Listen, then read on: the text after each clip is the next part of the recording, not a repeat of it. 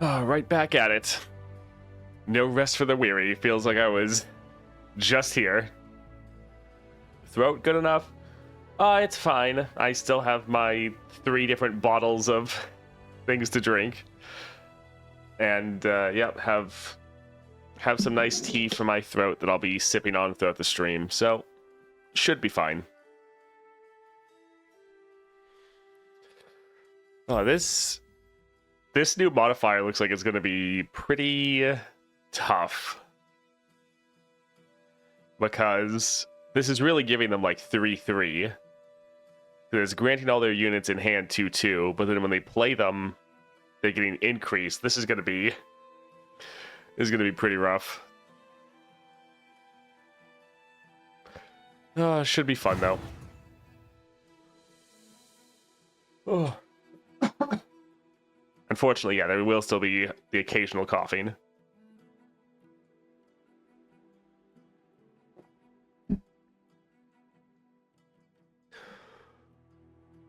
Oh, all right, let's briefly go over the different nightmares. Pink Paint Ruby. Thank you for the follow. Appreciate it. So, up first, we have 4.5 up against Jinx. We have Unflinching, so we get some Noxus cost reduction every round, so that's a nice little bonus.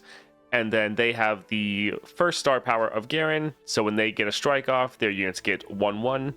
And then Deadly. The good thing here is this is scaling when they're already on the board, so it's not increasing with the Deadly modifier. So that's not bad. And then since this is when they strike, we can try to limit this if we wanted to go for like a control deck. So like a Yasuo, Ashe, Morgana, any of those. Hey, Spirit Wolf. So this one shouldn't be too terrible, but we'll have to see. The 5.5, when the foe's unit strikes, grant them 1 power. So the Yasuo 2nd star power. Inevitability, this one is always rough. Round start, grant the foe's units everywhere 1-1, because this increases their board, but then all the other units it's increasing are then actually getting more than 1-1 because of the Deadly modifier. So those pairing together is pretty rough. And then for the 6.5, the Sliver of Divinity, this is going to be tough. So round start, the foe draws a unit, then grant their units in hand 2-2.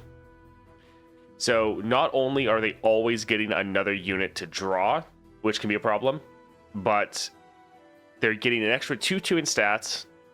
But then since this is in hand, they haven't been summoned yet. So they're actually going to get even more stats because of the Deadly modifier. So they're just going to have absolutely massive units. And then Broken Blade just adding a little bit of complexity and really shutting down certain playstyles, specifically those like Master Yi or Diana. There it is. Hello, Grape. So these all should be pretty fun. I think for the 6.5, we're actually going to try Caitlyn, because I don't think we've actually played Caitlyn in the Nightmares before. And I am wondering how 6-star Caitlyn can actually hold up to like the Deadly modifier and the enemy just having bigger units. Also, the Broken Blade will kind of mess with us because we do play some cards over again.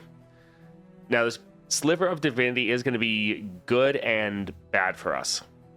On the one hand, they're drawing 2 cards at every round start. So that's doubling the amount of Flash Bomb traps they can pull out. So that'll be good for us.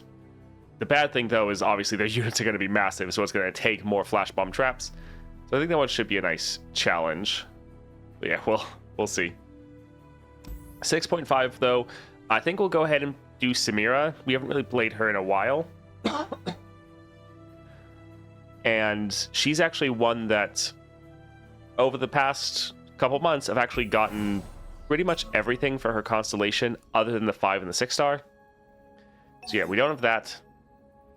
So we don't have the extra mana. But as far as some other bonus powers, we have the 4-star, giving us extra draw. But then we have Nexus Health Reroll. Support champs have Lost Chapter. Stylish Shot has Charging Sigil. Spells we acquire have Forbidden Idol that costs 4 or more. And then one that should be actually pretty impactful, Flare has Ardent Sensor, giving us some decent scaling. So yeah, we're going to go for Samira. We're going to try Oath and Star Gem. We will actually hold on to one Dreadway Chase Gun. Just test it out. I normally go with double Star Gem, just so we get tons of cost reduction. But making sure we can trigger her star power for the cost reduction that way will be an interesting change of pace. So we're going to go ahead and do that for the 4.5. Does look like a ad's about to drop though, so if you need to go get a drink, go to the bathroom, go ahead and do that right now before we hop into the 4.5.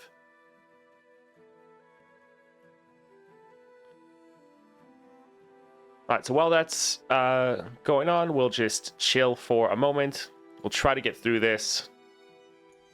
Yeah, we'll see how our Samira can do.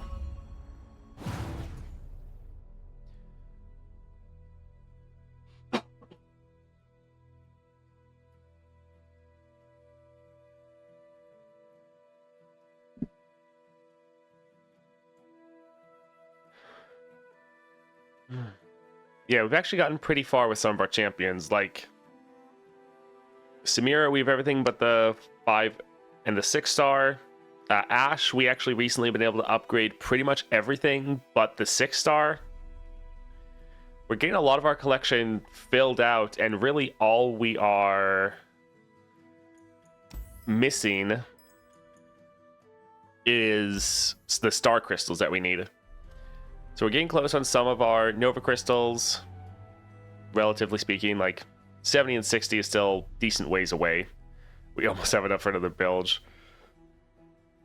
And then here you see we have a ton of Bilgewater ones, but all of our Bilgewater champions are maxed. Most of the other regions, yeah, star crystals are the main thing holding us back. We can't get any more star powers because we just don't have enough crystals for pretty much anyone. For gemstones, we don't have a lot other than like Demacia. Yeah, we're getting a lot of fragments, but most of it's just we don't have any way to get star crystals, and that's the main thing holding us back at the moment. All right, let's go ahead and hop in here with our Samira.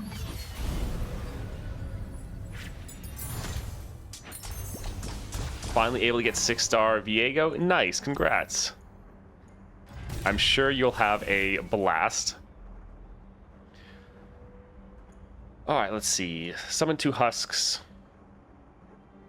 First time.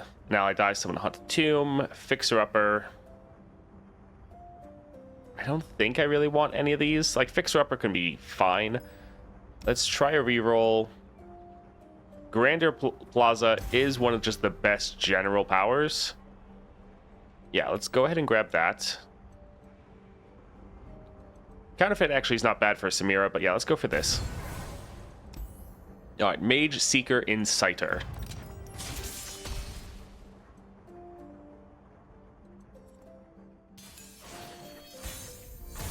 Wish I started up Gwen instead. She feels so much stronger. I mean, 6-star Viego is pretty crazy. Where's the Grandest Plaza legendary power? That would be pretty funny if they did add that. Be a little trolly. Yeah, this is fine. Well, could actually get rid of the Elegant Edge, to be honest.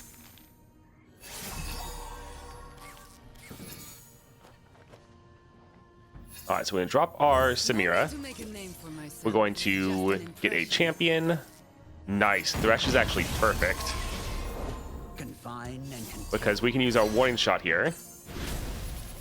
Drop Thresh. Thresh will give us another champion. Do we want to go for a stylish shot? I think let's go for Elegant Edge, potentially. Just for more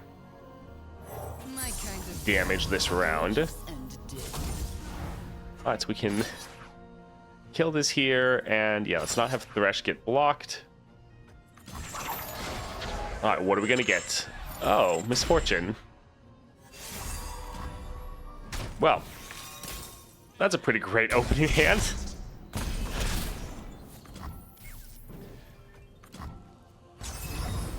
Well, can't really complain there. Ooh, Reckoning will be nice. Nothing to worry about if you have nothing. All right, let's drop this for the cost reduction. Play our Ruined Reckoner. Serve a nobler cause. And then we can let Misfortune attack. And yeah, that should be good.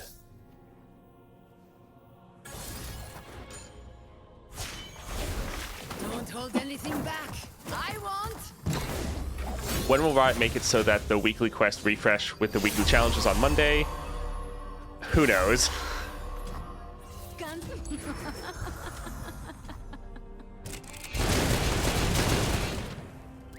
All right, that was a pretty amazing battle. That's a big thing though with Oath. It is very much luck what champions you're gonna get. But yeah, that was great. Hopefully every round goes like that. So Plunder, I cost 2 less. Draw a champion. Yeah, this is gonna be good for us. Draw 2 at next round start. We'll be able to play this for free with the Plunder. Getting a bunch of draw. That's solid. All right, support champion. This will be a bit important. Scion is a little expensive. Victor's not bad though.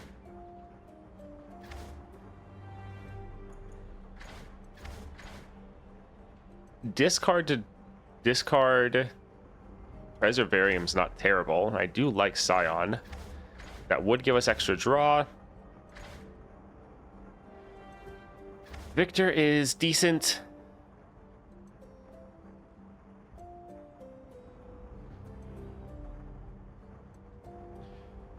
I think we will go for Scion, actually. I do like Roar of the Slayer. We have discard synergy because of our 4th star, the fast deal. So discard is actually not terrible for us. But then having extra draw is quite nice. So Preservarium is solid. And then I always do like Scion. But Victor's probably the better choice, but I enjoy my Scion playstyle. And then we stay Noxus. Shop, Solitary Monk. We can go for a shop, see if we can get a fun power. Alright, so Songstress.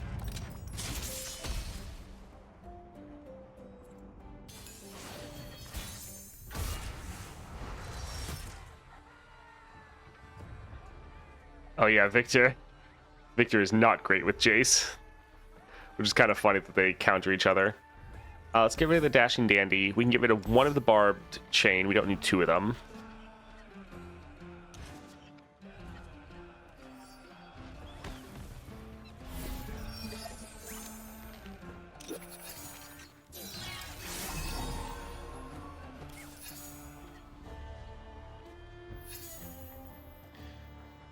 Alright, so let's open attack and maybe they won't block.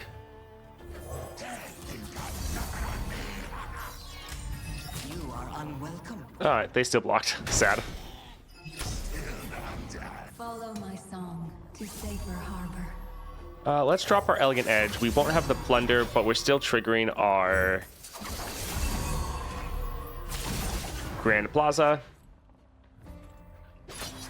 Alright, so we'll kill this one. We wouldn't actually mind getting our Plunder damage off, so we are kind of fine if they don't block here. If they do, though, it's not terrible because we have that barrier. But we were trying to get our Barbed Chain off so we could get some more draw and draw our champion.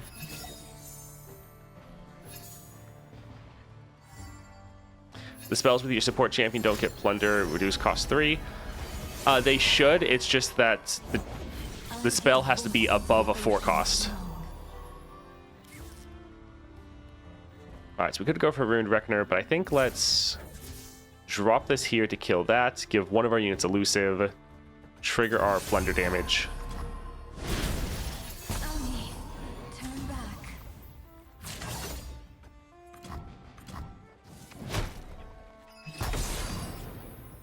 Alright, let's drop this, play our Barbed Chain, get our Scion back. How nice. Yeah, let's use this here. Goodness. Years spent training. Any idea when they plan to Add target farming. I have just enough crystals to 6-star 2 more Ionian champions. Can't seem to get any other regions lately. They've mentioned target farming, and I think they've said before the end of the year.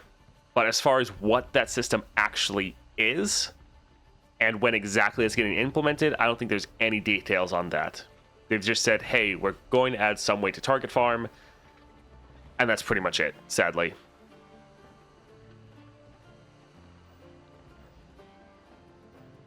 Let's do our stylish shot for free. We could play Scion. He would give us cost reduction.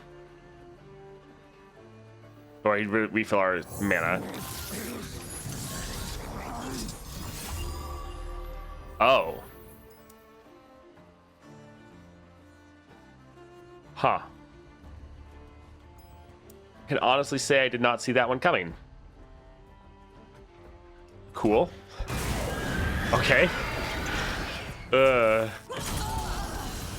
Hey, Razis, good morning. Wow, we just got destroyed. That's... Oh, it's really bad.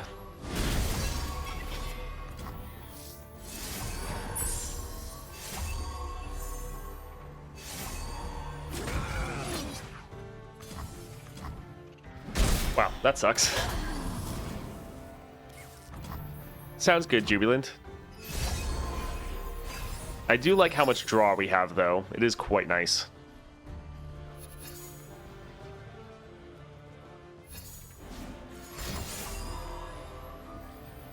Alright, 2 Trifarian Glory Seekers, eh?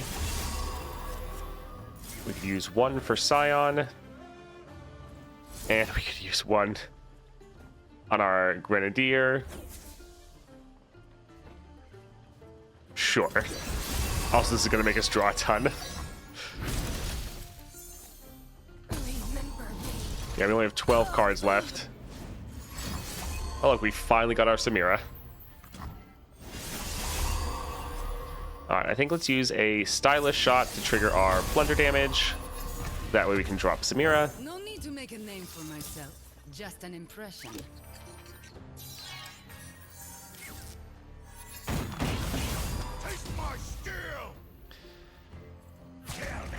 Alright, we don't want Samira to die, so we'll just have to take the hits. But this is kind of the first hit we're taking, so that's not terrible.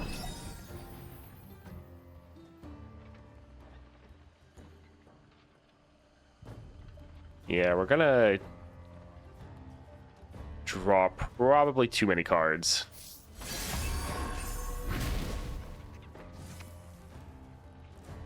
Yeah, probably still gonna overdraw. Because these two, we're going to draw 2 normally, and then both of these... Yeah, we're fine.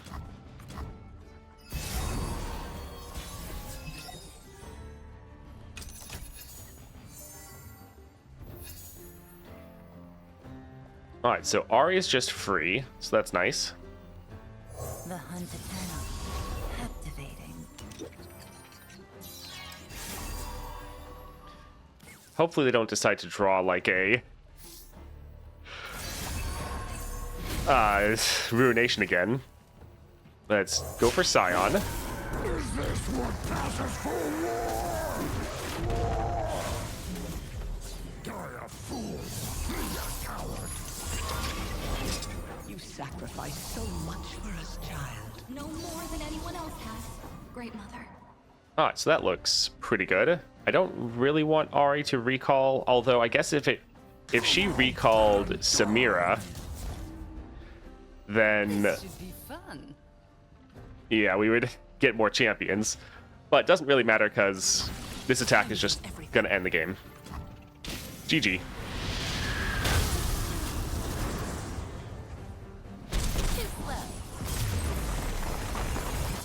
Usually other games do it in a way so that you have to beat the adventure with a champ. So you can adventure farm, so players actually try to beat the adventure first with that champ before XP reward farming without beating the adventure. That's with other games, but it's also good for LOR as well.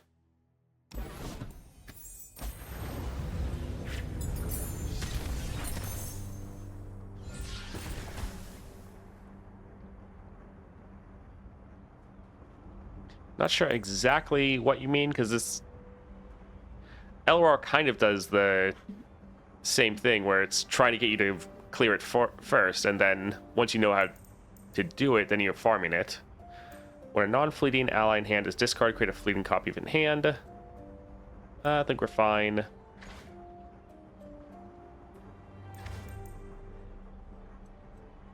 Wrathful Rider is a bit expensive for us. Drawing a spell's not bad. I think let's actually see if we can get like... Discard grants your strongest ally 2 power. This is always going to have a minimum of 2 cost reduction.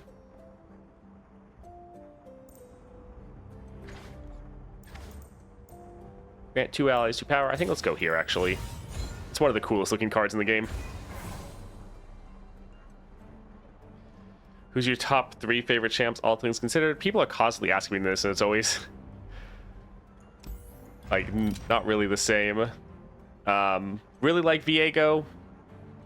Really like Swain. And I guess for the third one, I guess I'll say Volibear. Allies have hollowed. That can be okay, but I'd rather get something... Sure. That's going to probably have a little bit more impact. Spell Shield, make the enemy discard. Drain is nice. This is 9 power. This is actually okay. Discard a card to draw 1. Also has draw on it. We have discard synergy already. This is decent.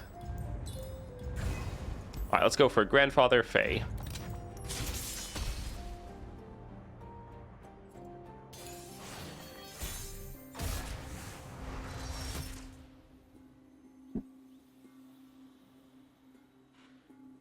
I think he meant to target, for example, Bandle. You have to beat this adventure with Bandle, something like that.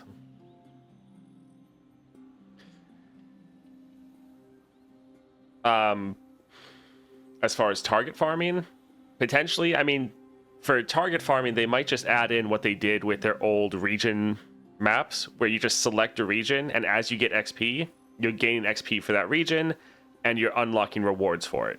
So potentially for this, you just unlock... or you focus a champion you want, or a relic, and potentially XP or rewards you get also contributes to unlocking that thing as well. Because they've already kind of done target farming before in the game, just back when the game was focused on PvP. Let's get rid of the Elegant Edge. And even the Stylish Shot, although it's a great way to trigger our Plunder. Kind of want to hold on to Ancient Warmonger just because I think it's going to be super cheap the first round. Because we're going to draw at least 3 cards. Wow, we're having bad luck with not getting our Samira.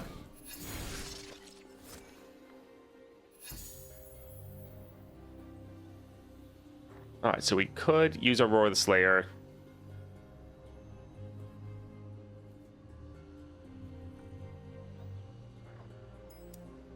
Game start, the foe summons Grandfather Fae. Round start, create a random foe in that person's hand.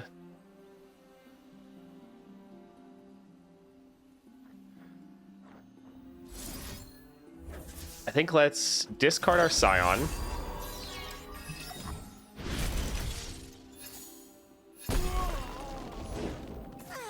Yordles and their portals. Ah, there we have Samira. Nice.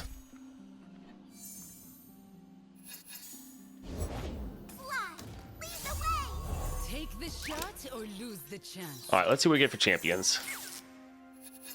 Oh, Rek'Sai.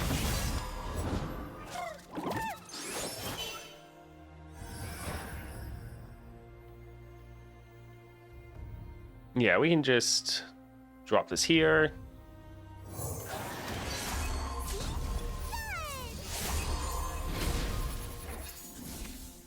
Alright, so one of them will get through, but at least we can kill one of their units.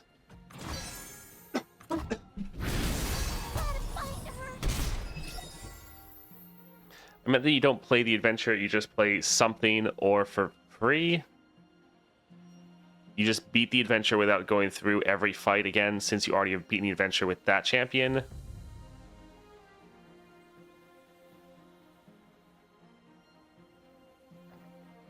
Let's go ahead and pass here. That. Oh yeah, the life steal is just temporary that round. Sad.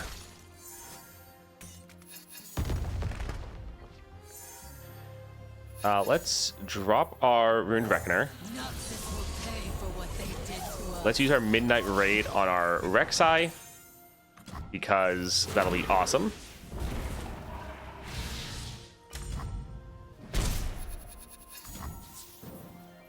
Let's do another Ruined Reckoner. I serve a noble cause. Let's go for another Midnight Raid.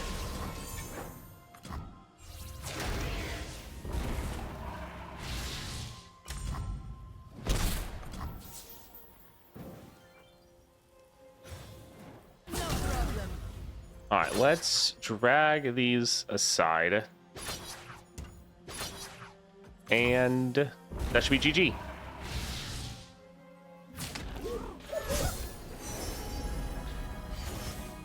Another thing they can do is increase legend levels. It's been at 50 for a while. They've hinted that they're going to be doing something with legend levels. Like they posted on Let's make the next mission riskier, huh? Twitter or Reddit, or I think it was posted on Twitter and someone posted it to Reddit, that they're going to talk about legend levels and champion levels next patch. Shunpo, this will be nice. Deal 2 to an enemy, then rally. Yeah, that'll be good. With that cost reduction. Let's go for the champion item chest. Power Rift, so we can pretty much just always play her for free. That's not bad. Sure, it's not that big of an impact. We're going to overcap it pretty easily, but it's fine. 9 health or cut a card. I think let's cut a card. Probably never going to play the captain. Alright, let's go for Karma. Always trust your spirit. Any chance we get BP next patch?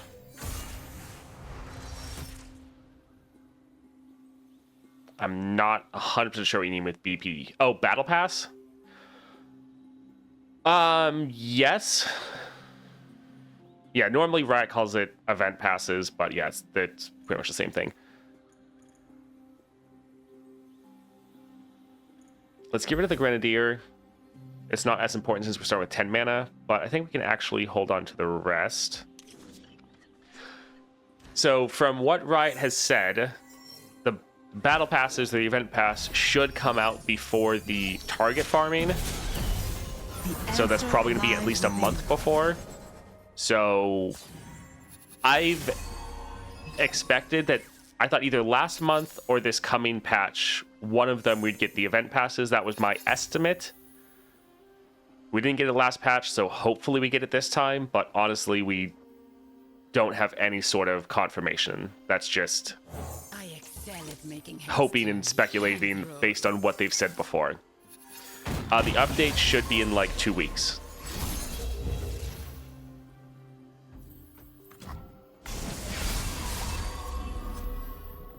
Sure, let's drop a Lowy. Stand and be tested. Wow, 8 damage each. Nice. We can drop this for the plunder. Play our Scion since he can capture their karma as well as refill our mana. No suffering, so we may end it. Let's see what we get with the Barb Chain.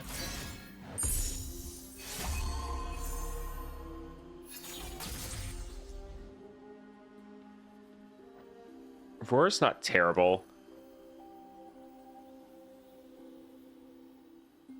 Do we want to attack this round? That is...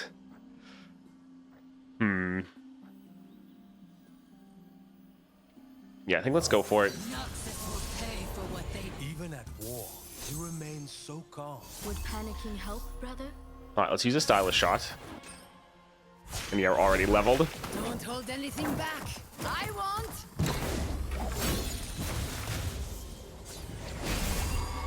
Alright, so let's use it on our Ruined Reckoner because it has quick attack. So even if they block with like their Awakener, we can then buff it up with our All Out and then still kill it. Every fighter falls. Okay, sad. I was really hoping they would do that. Extra damage.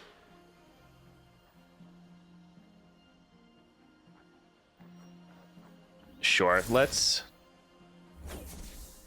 drop this here, kill one of their units. We have Challenger though, so we can still do fine. A chance to live. So yeah, we'll do our all out right here.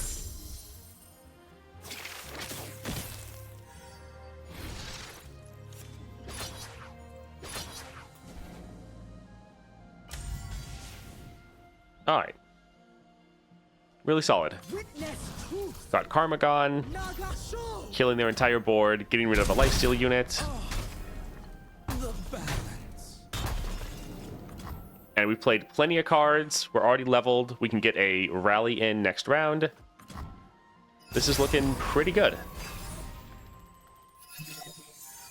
Hey, a damn good name. Joining after ridiculously failing my nightmares. Well, hopefully that doesn't happen here. I fight with my spirit, not my fist. Alright, so we can drop this. Let's go for Rune Reckoner. I serve a nobler cause. Ooh, almost leveled up our Scion. Oh, goodness. Our Scion. Do we want him to level?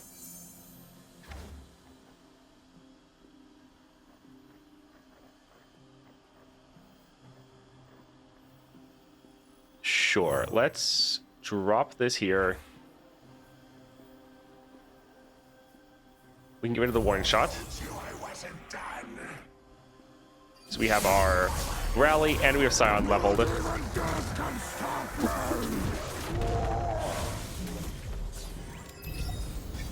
Samira is fun with the amount of like combos and stuff you can pull together. And having the extra champions is actually a pretty good time. Sure, we can play him for free. We might as well drop The other way. our Akshan. Alright, so let's attack like this. Kill one of these. Kill this one here. And then if they do anything to stop us, we have double rallies. And then we can probably trigger Samira to rally again.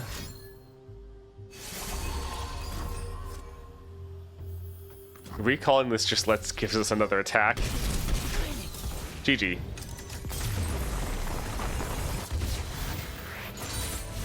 Yeah, Samira is so good because of the cost reduction.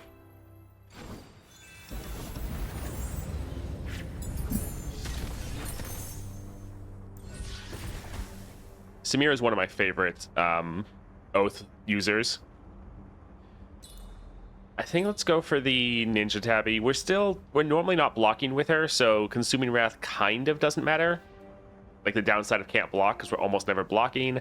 And the 4 power with quick attack would actually be pretty good. We're going to get Challenger and more power from our Grandeur Plaza, so we could actually use this to potentially take out enemy targets round 1. Could actually be decent.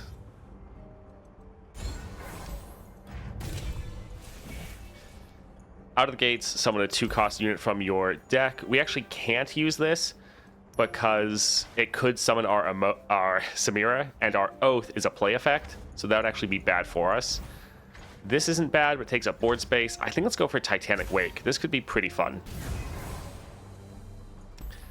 I'm feeling good about our run. Let's maybe try to hit up the Jubilant Poro. Granted, we don't actually get like a bonus node in the back of it, so that is a little rough. Like the Epic Shop is actually better.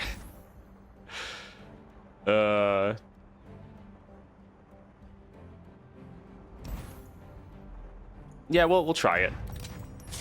We're using one warning shot instead of double star gem just for the consistency of being able to play or like get the cost reduction on the same round that we play Samira. We did double star gem yesterday during the monthly challenges, and we had an issue where we played Samira, but then we couldn't actually play our champion because we couldn't trigger the plunder damage. So I thought we would test this out here. I think both are valid. I think this build is slightly more consistent, but I think both work out well. Permission or forgiveness?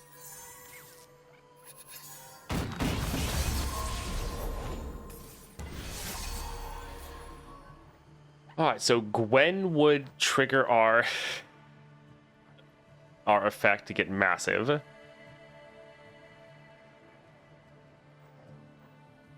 Sure, I think that would be pretty fun.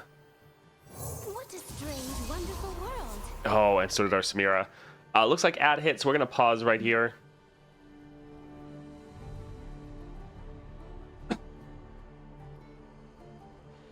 I try to move away from the microphone as much as I can for any cough, but sorry if you any that you hear.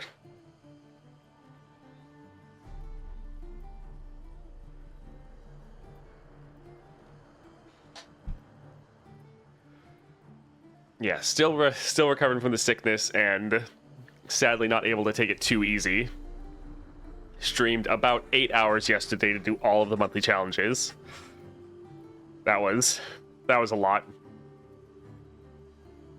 Not having overwhelmed these big units is painful. Yes, sadly we haven't seen it yet. But the fact that we have these two massive units and yeah, turn 1 is pretty great.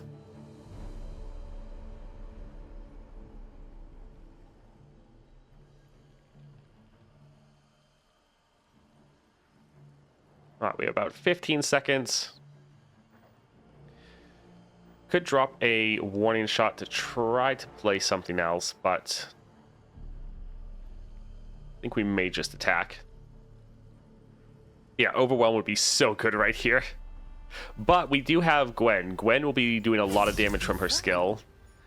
We don't necessarily want them to block. They probably will, but let's just attack. Yep.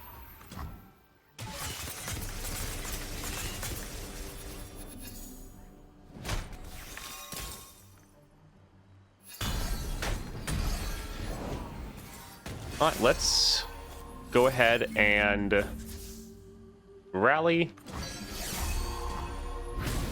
So we can try to attack again.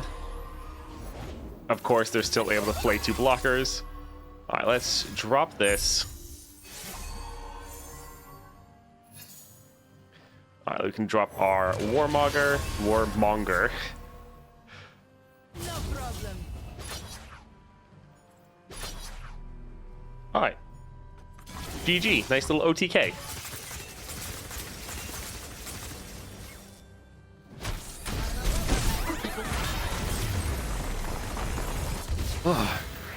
Probably can't tell, but I'm actually feeling better than most The days. last thing they saw was me.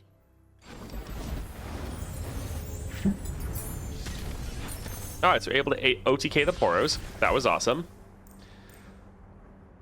Ruined Reckoner having Poro Fluff isn't terrible, but I think getting the Shunpo down 1 more will be solid. Alright, cut a card. Probably the Dashing Dandy. Actually, we pretty much never want to play the City Breaker. Alright, let's see here. Double attack is nice. This having Power Rift, some more cost reduction, that is great. Yeah, let's get 1 copy of that. So here's something we could play for free. Burst speed, draw, or heal your Nexus. Not bad, especially since we're playing it for free and we're getting draw out of it. That's not terrible. We don't really have equipment or attachments. We could buy equipment, but it's not worth it. I think we'll re-roll. Okay, no. Sure, it's a whatever power. We're not really having allies die. This is the last shop. You know what? Screw it. Let's try a reroll. Okay. Still not really having units die, but it's going to be better. It'll synergize with our Titanic Wake. Heal an ally. The fact that we can play this for free is quite nice. So, yeah. Like, adding a card to your deck can be bad, but when the card has draw on it, that kind of helps offset it. And then the fact that it's something you can potentially play for free is just so good. All right, let's go up here. So we have Arbiter of the Peak to give us even more draw and cost reduction. Perfect. This is actually a pretty great run.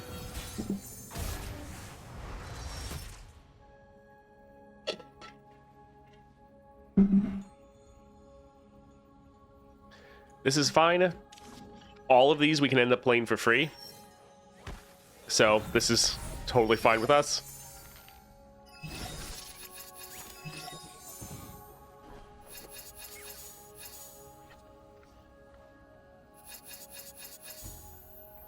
Alright, so we can drop our Samira. Don't ask for permission or forgiveness.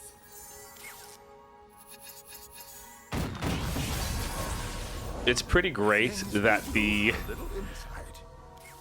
Grandeur Plaza is triggering before the Titanic Wake. That is quite nice. And we have Elusive, so this damage can go through. Sure, let's drop our LeBlanc. I hate having to put my face on.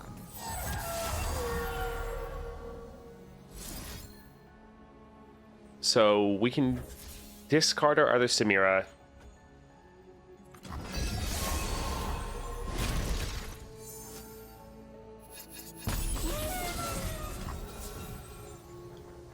Let's use a warning shot. And then let's pop that spell shield. Let's then use this warning shot or this roar again. Discard another card, kill their one remaining unit. We can drop our Warmonger. So we're level turn 1. Oh, this is great. And now we can play both of these for free, but honestly, it's kind of not needed. GG, this is fantastic.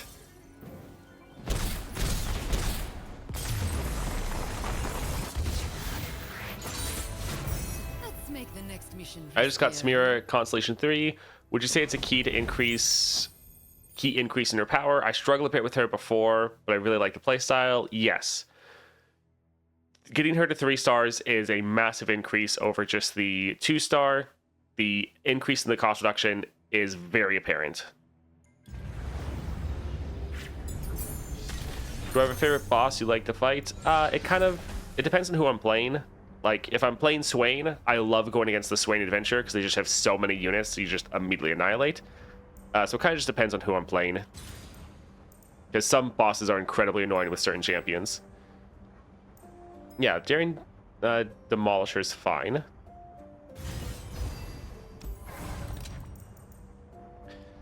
Power Riff again, Shadow Totem. Shadow Totem would give us more chase guns. So there's that. And the Shadow would probably also be massive, so it'd be decent just for getting another hit in. We could go for Power Riff on Scion, but we want to get more copies of our Samira. Yeah, Shadow Totem can be okay. Might overfill our hand, but having more free cards to play isn't bad, generally. Alright, Healer. Also, actually, I just thought of it. This always happens after I make the decision. It's going to affect our Star Gems, so it's going to be having some more increases there. Let's get rid of the Dash and Dandy. Normally not worth playing. And then Jinx. I like you. Best champion for Oath. I really like Samira. And I think Samira and Diana. Diana is also excellent. I wouldn't really say Nico is the best with it. I mean, she's fine. But both Samira and Diana kind of have an extra amount of synergy with it. Because Diana having double attack is really, really good. And then for Samira, with the extra cost reduction, you can get those giant units on the board very easily. Yeah, I'd say those two are kind of two of my personal favorites. But you can use it on so many champions, so it's not like you have to use it on those two.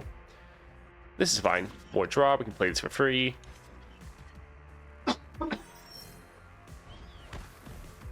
Yeah, it's not bad with Neela.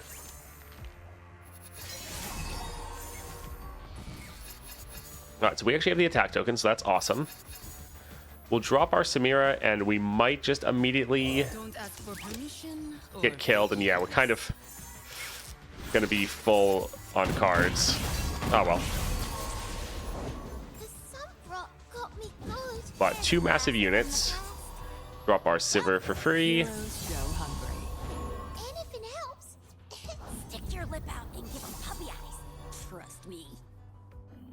Let's use this here since we can play for free. Give us some more draw going. Decent chance we play our Scion, but we don't necessarily want to use up our cost reduction yet. Idiots. Okay, yeah, we'll drop this. Play our Scion, capture their Jinx.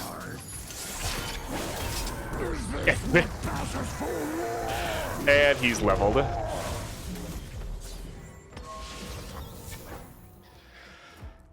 Solid. Let's drop a barbed chain, see what we get as far as other champions. And these two are both leveled. Oh, look, Aatrox. Nice. Only war can bring me peace. Oh, man. Just when you thought you'd seen it all. This is a pretty great run. Try to keep up. Alright, so there's other things we could play, but it's kind of like, why bother? Alright, let's just attack, and that should be game. Actually, we need to bring this Samira over here, so she's giving the other units their increase in power.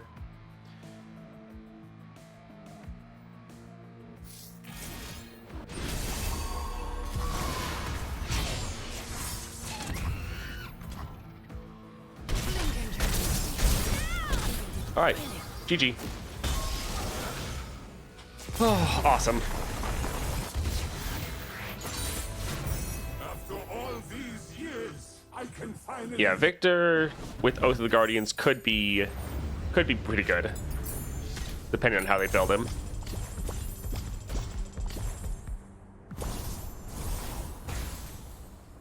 I mean, yeah, we got to be getting Victor at least by the update for Arcane.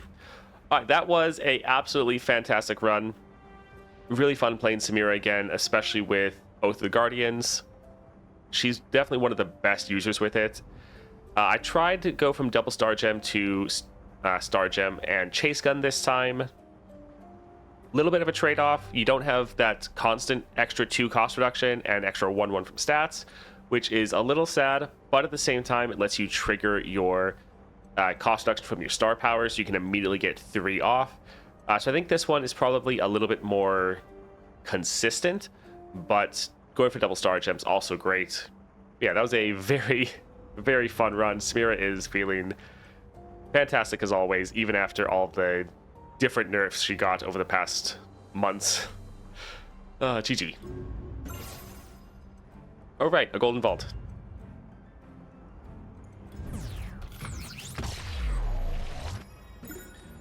Oh, Vex. All right, not bad. Right, daily quest. All right, and for this one, we're also going to be doing someone we haven't played for a while as well. So I thought we'd go for Ekko. He's another champion that we have most things. Like down here are the gems, which we don't have, and then over here is his 6-star, which we don't have. Everything else we do. So when you see you predict, grant a 2 random keyword, created cards cost 1 less, refill your spell mana, get a extra mana gem. So this should be solid. I think what we're going to try is Echoing Spirit. This is fantastic for Ekko. Makes your Ekko cost 1 less, so you can play him turn 1. Overall, just really, really good for Ekko. Does a lot of good things for you. We're going to be pairing that with Hidden Tome, because with Ekko, there's a lot of spells you want to be playing immediately. So this can be solid for that. And then Chemtech Duplicator. Doubling our spells when we hit 6 mana. Since we're getting +1 starting mana, that'll be easier to do. So I think this should be solid. So yeah, we're going to grab Ekko and go into the 5.5. So we have, when one of the foes unit strikes, grant to 1 power. Not that big of a deal. Inevitability, this will be bad. Grant the foes units everywhere 1/1. So buffing up their whole board every round, but then also buffing up their deck and hand, which is going to be a major problem because when they're played, they're then increased even more from the deadly modifier. So they're actually getting more than 1/1. This will be tough, but we haven't played Ekko for a while. Figured we might as well try it out, really. I think before we hop in, we'll just have a quick little commercial break. So if you need to go get a drink, go to the bathroom, go ahead and do that right now. You have a minute and a half.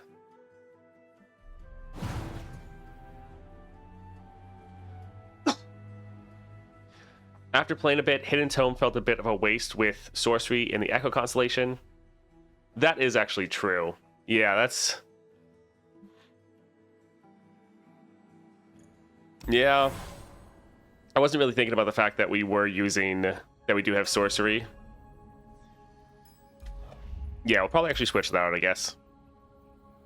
Because Hidden Tome, it is good, but since we have the sorcery already, does make it a little bit less needed. Also, we could just go for a Stalker's Blade. Stalker's Blade is pretty good on Ekko.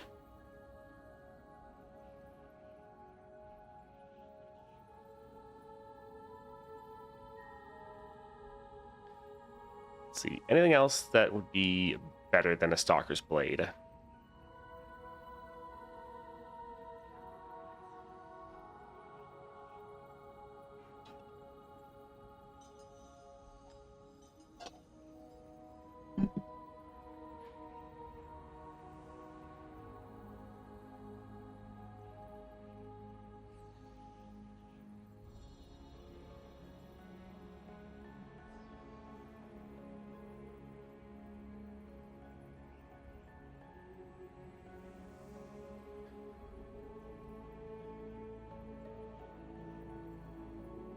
All right, so I think I'm going to agree with Tyrael. And yeah, we'll go for, I think, potentially a Stalker's Blade. I do think Hidden Tome is solid, but since we do have sorcery, it's not really as needed. Isn't Condenser great for him? I think Condenser is usable for him. I think that's, yeah, fine to use. I don't think it's too great. Actually, we could also go for... like, Stalker's Blade is fine. We could also go for Death's Foil to make sure we can actually attack with him, because that can be a downside sometimes with Ekko, is just you're not able to attack. That could actually be interesting, especially with our ephemerals that we might get. You can support a predict ally each attack. It costs 0 due to his 2-star.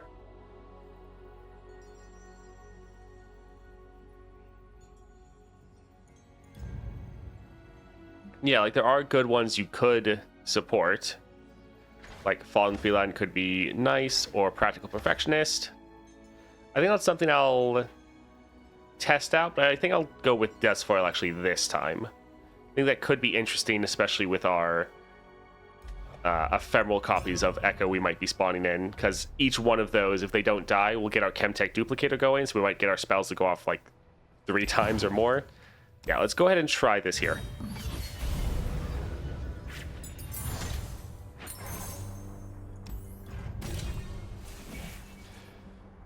Hold it, explosive entrance.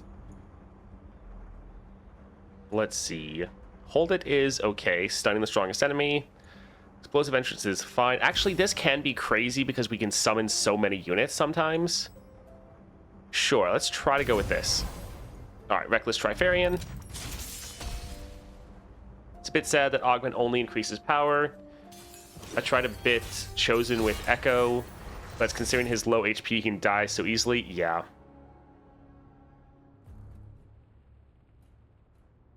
Welcome, Leon is 16. Although yeah, my dyslexia made that is, but it's SI. But welcome, glad you can make it.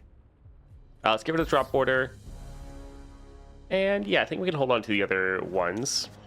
Also, Ekko is very much a more complex combo-based champion, and to be honest, I have not played Ekko in a while. So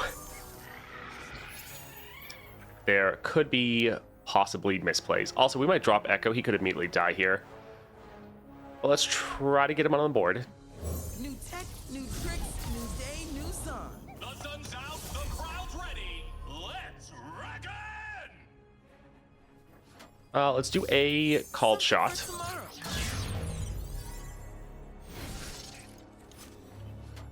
Let's go ahead and get a attack in. He engages, but will he survive? Hopefully, yes. Sure. Time Winder. Let's see where we can get here. Another Ekko, not bad. We'll potentially use the Time Winder next round in order to try to get a kill. But yeah, these called shots we can play for free. Just getting more draw, as well as buffing up. We could use this. I didn't realize this had so many items on it. So we could use it for our Fallen Feline, but I think I want to build out our board a little bit. Parallel Convergence, fantastic. What's up, show me? Liking the new board? Little front Nice. but yeah, I guess it's alright. So our Ekko is at 5 stars. He has all the upgrades other than gemstones and the 6-star. 3 units attacking. I think we do want to be a little bit more on the aggressive side. We don't want them to attack. So sure, let's do this here.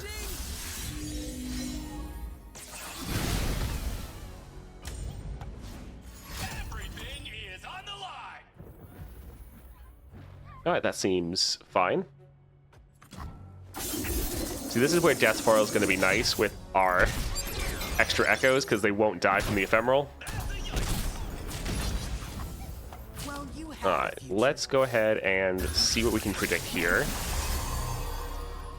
Alright, more Echoes. all coming back to me now.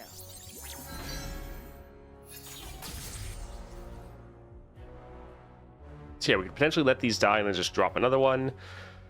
Time Winder won't kill them. I mean, it would, but the Echoes will still die. I think this can be fine. Hello, Peach. I'm doing okay. Still sick.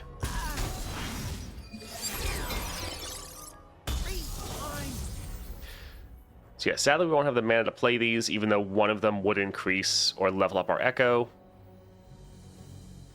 But yeah, well, we could play Ekko next round. It's not like we have to play him this round. So sure, let's play some of these.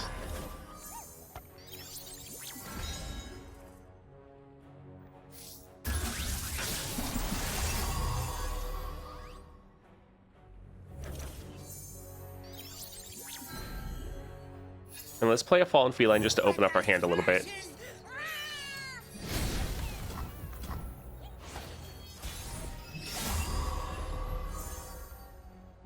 Lost a run in the monthlies, so I couldn't perfect 77. So bummed. I mean, just completing them all is an accomplishment on its own, so don't feel too bad. Alright, let's drop our Ekko. Actually, we should have checked to see the stats. Yeah, definitely out of my Ekko practice.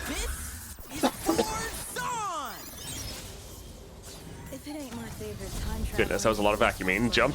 I'd be weirded out if I wasn't. Alright, a stun. How fun.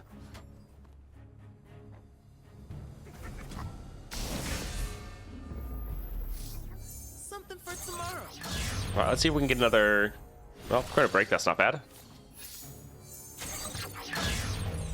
There we go. Parallel Convergence. That's what we wanted to see. Yeah, we might actually not want to go for Chemtech Duplicator. We might be ending games too fast. Yeah, that could be an issue. GG. Lost 31. Gangplank stole the perfect cards every time with Nab. Yeah, I had one. I had one of those as well, where I just got absolutely destroyed with the enemy being incredibly lucky and me being incredibly unlucky. I won on the revive though, but yeah, that was... I feel you.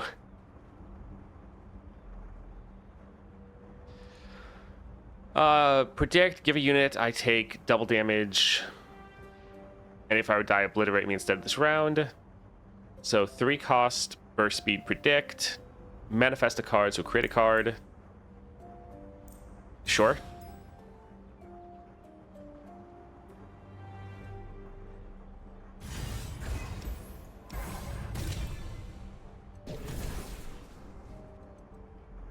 Alright, Legion, Grenadier. That's a lot of damage. That's tempting.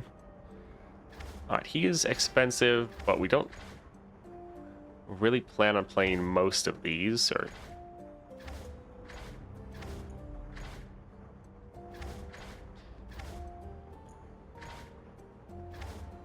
Yeah, I think let's go here. Like, we're probably not going to play Darius, but the other two are solid.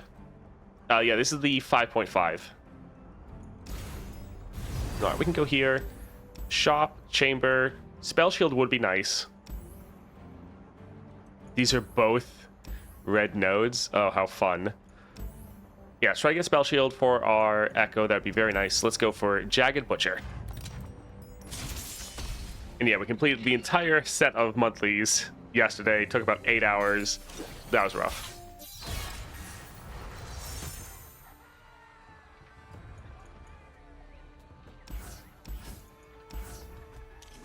Alright, let's re-roll most of those.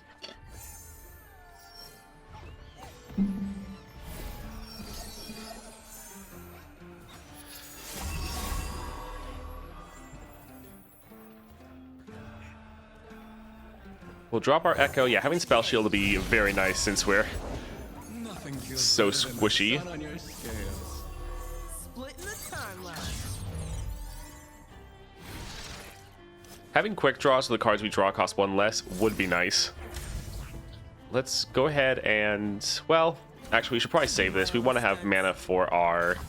Can I help you? Predict we're going to make. The Death Spoil is definitely nice, being able to have the freedom to attack with Ekko. Let's go for more damage. We actually could use that right here. It wouldn't be terrible. Yeah, we can discard Darius. Look out! Ishmael...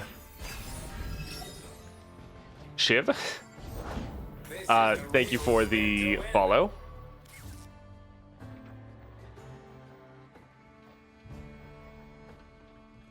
I think let's drop this as a potential blocker here.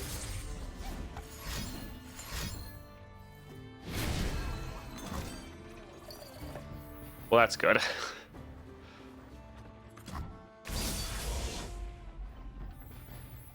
Alright, let's try to draw one more, because we already don't have the mana for... Oh, okay. Yeah, we don't have mana for our Ekko, so we're going to hold on to see if they kill Ekko. So much to play for. Oh. Thank you. That's not too bad.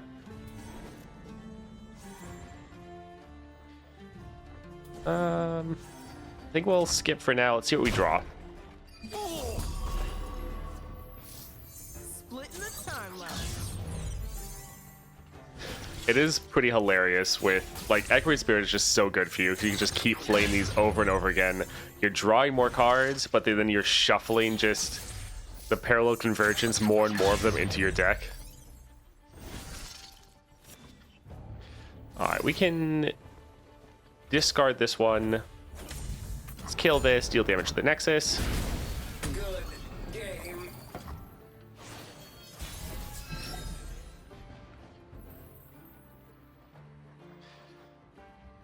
Alright, we could just open attack, but let's... Alright, I guess let's go for another Ekko. Try to get some more draw going, because we are slightly running out of things to play. I'll hunt them where they breathe.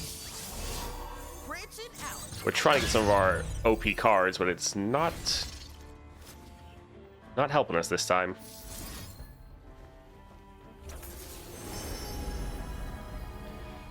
Play predict. That's not too bad. More predictions. All right.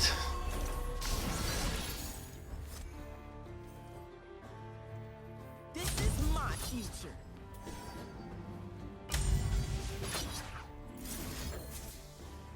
All right, let's go ahead and attack like this. Do as much damage as we can.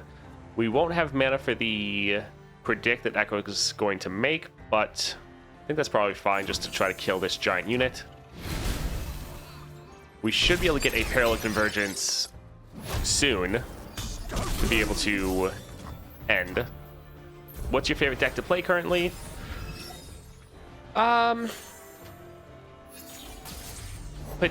Potentially Caitlyn, just because she's new. Alright, we hit 6 stars for the first time. Or 6 mana. Man, it's impressive how we must have so many of those parallel convergences in there, but we're just not getting any of them. I guess let's play the Chronomancer. In this timeline, we're sure to save Cait Viego. Do you think that the patch will drop the new ways to get crystals for each region? I hope, but probably not. Based on what they've said previously, they said that things like the event passes would come before the ways to do like target farming. So yeah, I find it not likely that that's going to happen. I feel like that can't happen until we get the event pass back. We'll fix you right up. And we still don't have that, which hopefully that'll come soon, but again, we just don't know. Something for tomorrow. This has been a pretty unlucky run. Like, we could attack and end right here, but I'm just kind of wondering if we're ever going to draw one of our parallel convergences. There we go, finally. 'Cause yeah, we must have so many. Anyways, this will be game even just from the units getting summoned.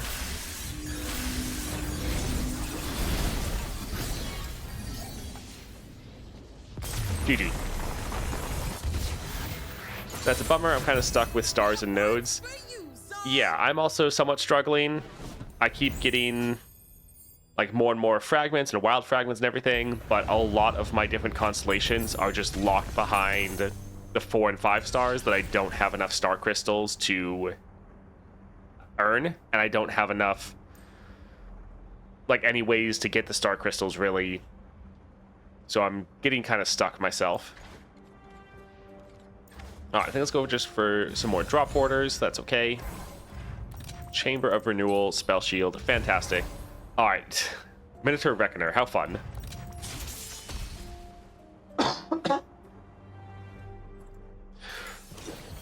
I guess the other vicious enemy one above us was probably Poros. This is okay. The Niku constellation hurt a lot. That one is blocked by the mana gem. Yes.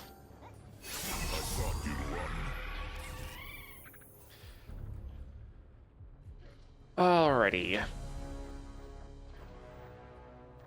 We can try to drop our Ekko. Back in the game.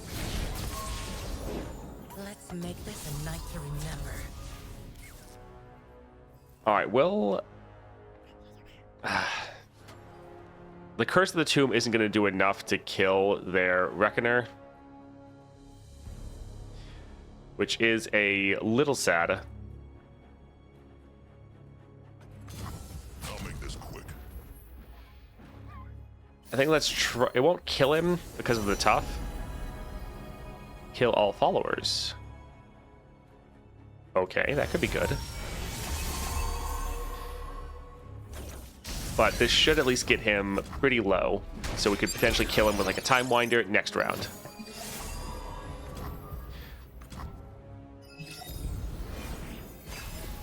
Stay back, cowards. Striking looks and stunning wit. So I want to play the Castigate, But I kind of want to wait to see. This is slow. 2 mana. I mean, they're probably just going to want to play Guiles. That is a lot of damage. Yeah, let's not be too risky. This is a lot of damage to get off the board. Perfect. So they didn't have anything to play, so that was the right call. Branching out. Yeah. Potentially should save this. But we want to get one of our other Echoes anyways, yeah.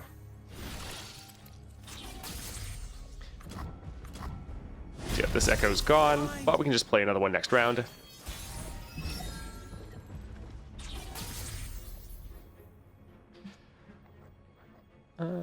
Yeah. Who would you like to get in Constellation next? I think Tom Kencher Bard would be interesting. I would prefer like Thresh or Mordekaiser. I think they would be both very interesting, a lot of fun. Elder Dragon as well, I think would be quite interesting. Oh, they have such massive units. All coming back to me now.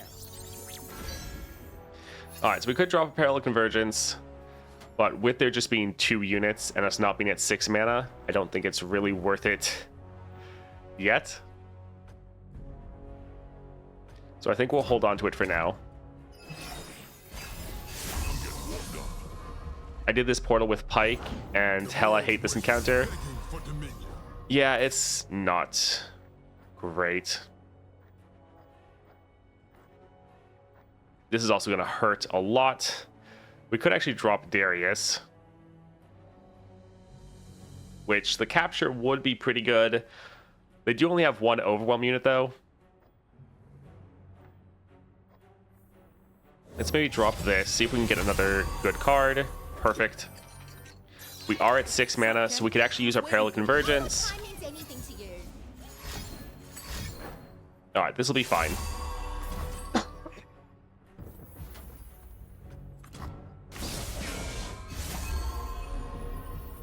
So we'll still be able to fill up the entire board. We can get a attack in. We can then attack with another one. Sadly, our Echoes are still stunned.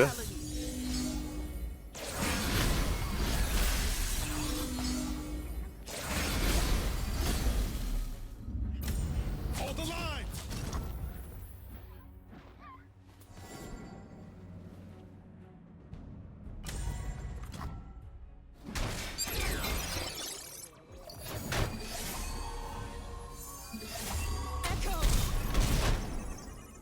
Oh, I just realized with all of our Echoes, 1 time trick is going to be pretty ridiculous. Alright, so we can go ahead and kill that one. That is a lot of damage. How fun. I guess we should put this here. Let's use a Time Winder. Actually, the Time Winder is going to hit like a truck.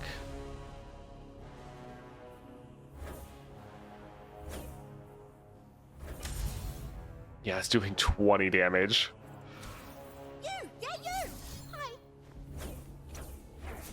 So we can actually kill all of them here. Because with all of our Echoes, this is getting duplicated so many times.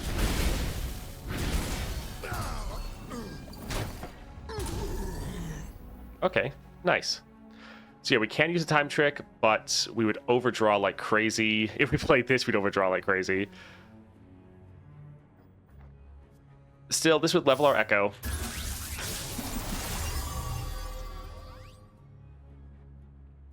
I think let's actually skip. Don't really care about any of those, to be honest.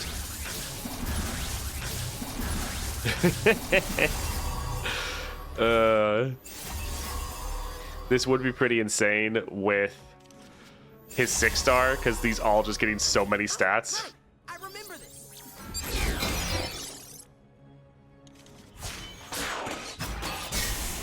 Got a good feeling about So yeah, this is why we wanted to get our Death's Foil, so we get multiple Chemtechs going at once.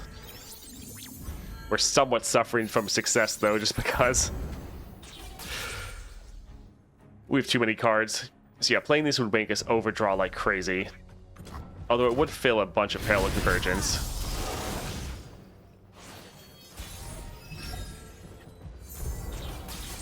All right, so 6, 8. Yeah, we'll drop this one here. Never had luck, never needed. Easy to say with that Z drive of yours. All right, so we can drop a Parallel Convergence, completely fill out our board. Another timeline. Because also the first one creates another Ekko, which then is on the board for the second one. GG. Ekko.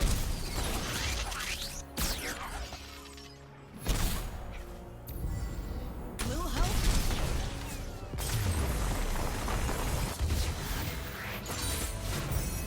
Woo!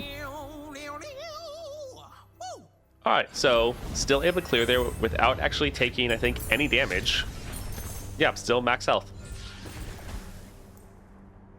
Double draw on drop border. Yeah, we could go for this. Don't really want to deal with the sump workers, to be honest. How many Echoes do you need? All of them, pretty much. And even more drop borders. Let's see. This would be free. So we could play it for free, but it'd also fill up our hand. Would it do much for us other than being free? Not really.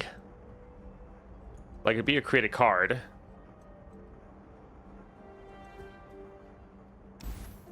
But normally it'd just be in the way, I feel like.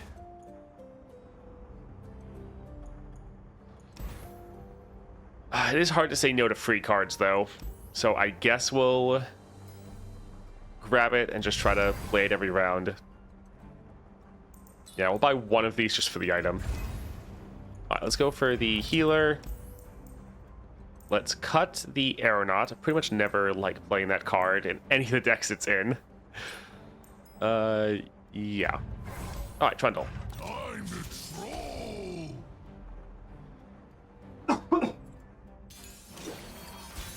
Oh, just dying.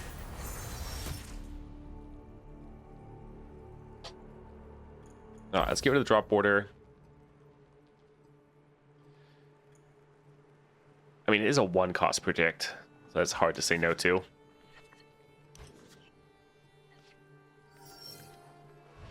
I guess the one good thing is it gives us a way to pass priority over to the other side. So we can play this to make them just burn some of their mana, or we'll just use their mana so they can't use it on, like, hurting us. War. Ready when you are. Always ready.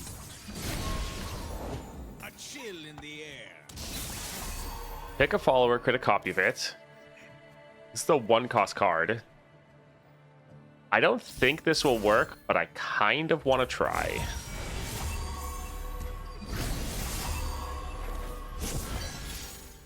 Yeah, so it doesn't keep the fact that there's 1-cost reduction over there, which is sad, but that's what I figured was happening. It is great how many drop borders we can just Coming back to me now. get from our predicts.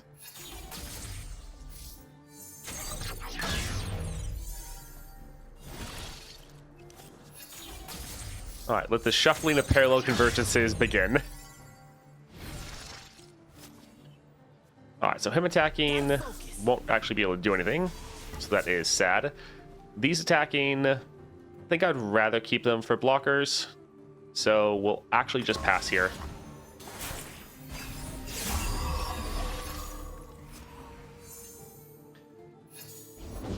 Winter take you. All right, so let's do a parallel convergence, get some good damage down. I think we'll hold on to the Blade's Edge just in case we need to finish off a target. But yeah, getting another Ekko on the board, which can work as a blocker, would be solid. And we just want to see if we can kill any of their blockers. Found you. I'll protect the villages. All right, they're out of mana, so after this, they are probably going to immediately attack. Good to know. Oh, right, these are going to overdraw like crazy.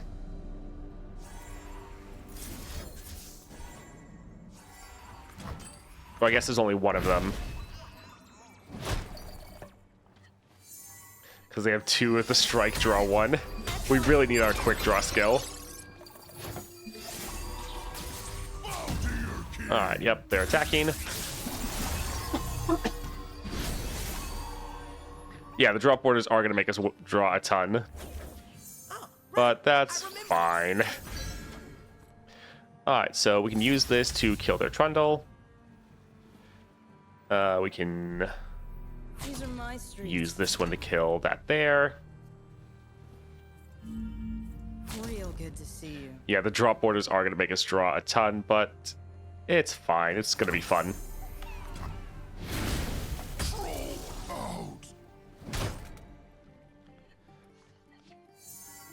Save the homestead.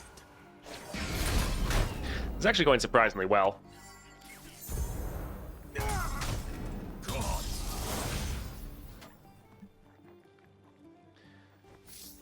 Branching out.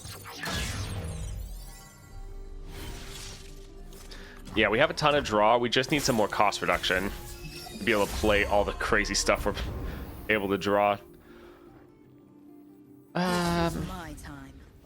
Yeah, we could attack. We probably should build out our board.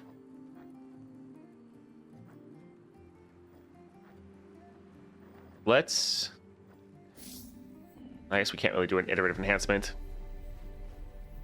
Alright, let's see if we can get one of our parallel convergences. Not quite, sadly. What's up, Kay? Oh, what time means anything to you? Got a good feeling about tomorrow. It'd be fun if some decks could bend the rules, like increasing hand size. That would be pretty fun if that was possible.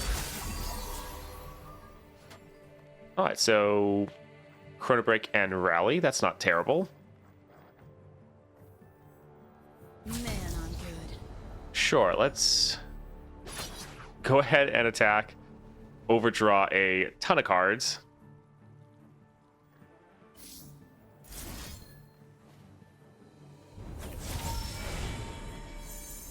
More Chrono Breaks. But that Chrono Break's actually going to get obliterated, so let's do a called shot, so we draw it. Alright.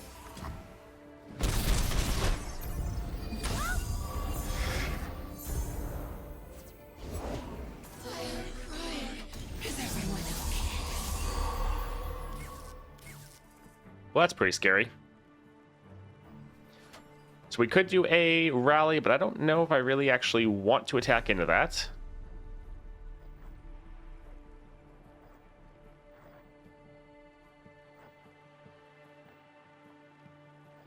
I think let's just try to get some stuff out of our hand. Out of reach. Gotcha, little guy. Could have sworn he said something. Yeah, the drop borders are good and bad. Have a lot of benefits, but they do make us draw like crazy.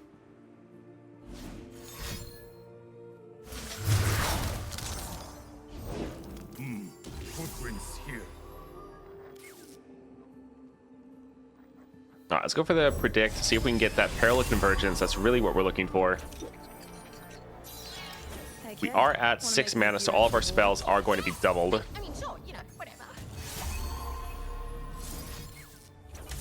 None of them have Overwhelm, though. So far, this actually isn't terrible.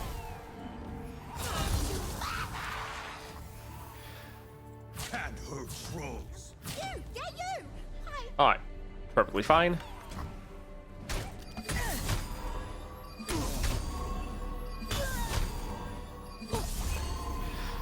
So we can rally everyone.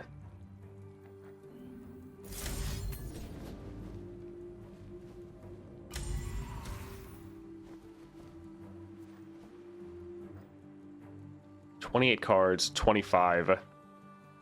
They just have such massive units, though, that's going to be... It's going to take a lot of attacks to get through this, which is a bit of an issue.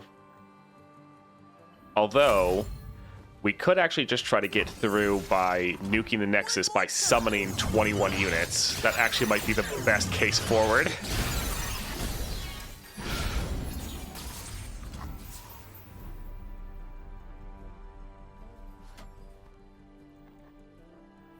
This is my time.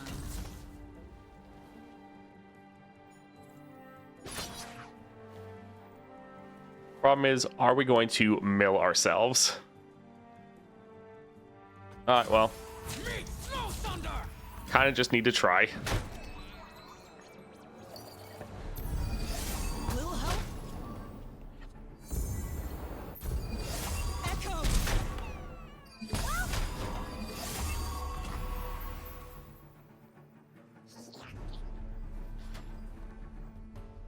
Oh, the called shots make us overdraw. Let's... I'm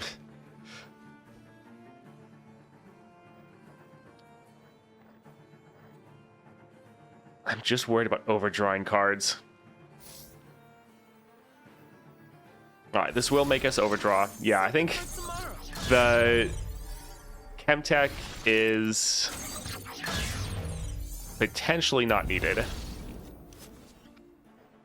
Let's actually use this Time Winder. Get rid of 2 of their blockers, because that can actually be pretty nice for us. Let's do one more called shot. We're really trying to see if we can get a parallel convergence. Alright, apparently not. Let's go for another Chrono Break, and hopefully we can use this to end.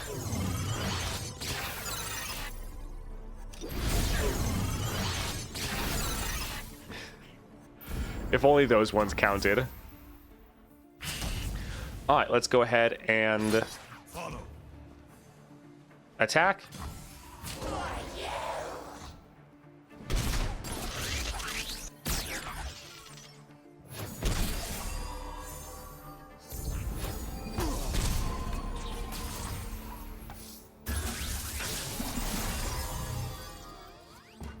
Alright, GG. There we go.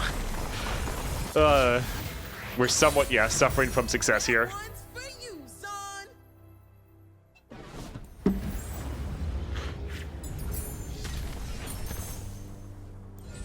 Alright, let's play some exact ephemeral copy of me. Sure, that can actually be decent. We could get 2 Echoes on the board, both getting strikes off.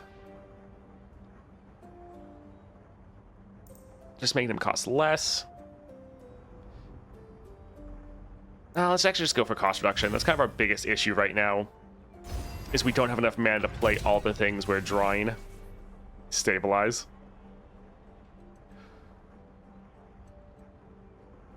I think we're fine. Inheritance could be solid, because we are going to have units die, especially ephemeral ones. So that could be really good.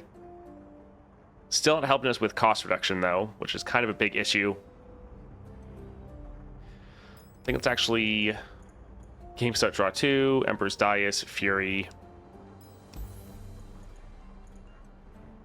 Disciple. Yeah, again, not really helping us.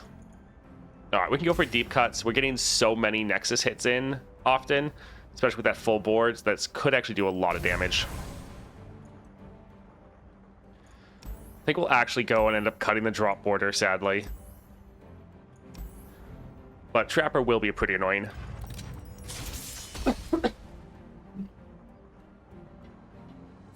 It's actually interesting seeing some of these ones from the Lysandra adventure.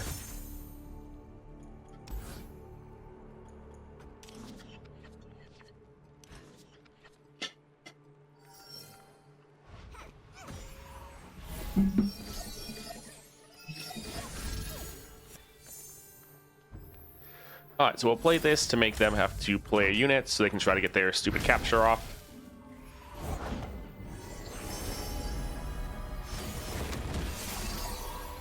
New tech, new tricks, new day, new song. We'll save the Death's Hand. This will probably be very important to get some of our units out of a capture.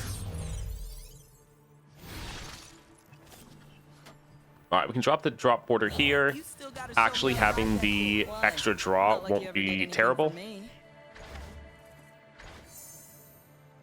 Yeah, let's use a time trick. We'll still have 1 mana for the other time trick. Parallel convergence already. Solid.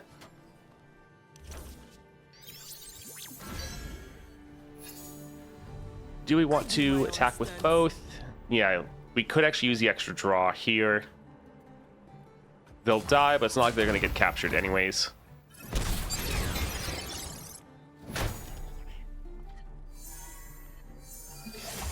Little help? Something for tomorrow.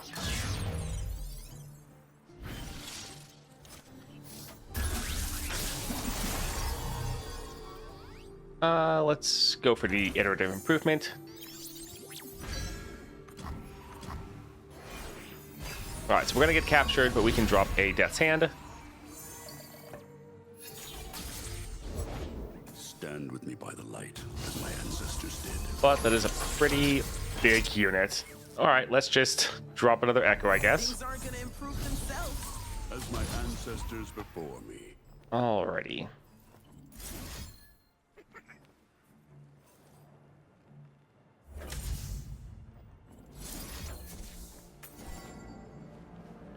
So yeah, we'll take a bit of damage, but I think that's probably fine. Yeah, we won't be able to level up here. This won't increase his power at all. Yeah, it's okay. Good thing is we have so many Echoes that them getting captured isn't the end of the world. Death's Hand, that will be nice.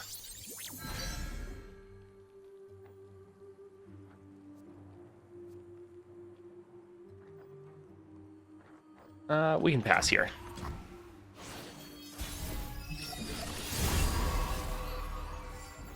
Sendra's Toll is pretty good against Lysandra. Uses power at Evelyn Yasuo, became trivially beat here. Yes, if that's the one that you discard your entire hand, yeah, it is pretty good. Or when you level up a champion, you have people discard their hands. That is pretty solid.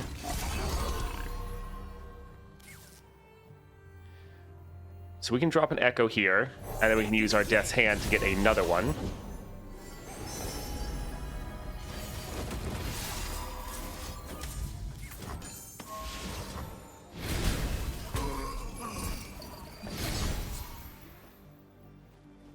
Heading topside. Alright, so we can attack, get 2 predicts going. Yeah, I think we'll be pretty good right here.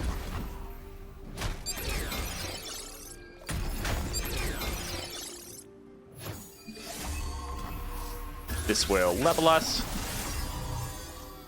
Nice. Although we already have a Peril Convergence, so we're struggling to play.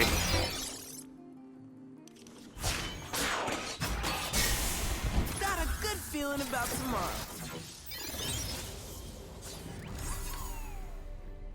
Yeah, the Remitter is pretty much how you can cheese the Lysandra run, which can actually be pretty nice considering how annoying Lysandra can be. So if you're really struggling to beat it, it does help you get those clears, which, yeah, is solid.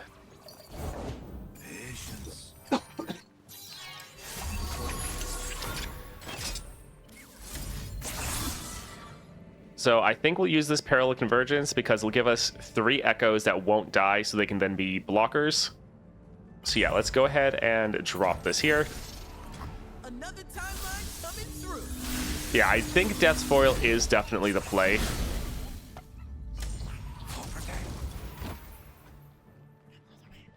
Alright, so... do we want to wait and play this another round?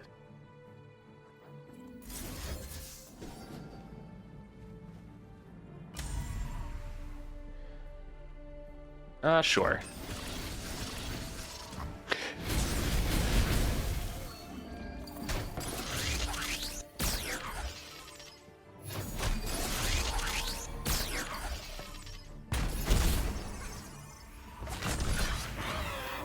Alright, so they're killing the one main Ekko, which is a little sad.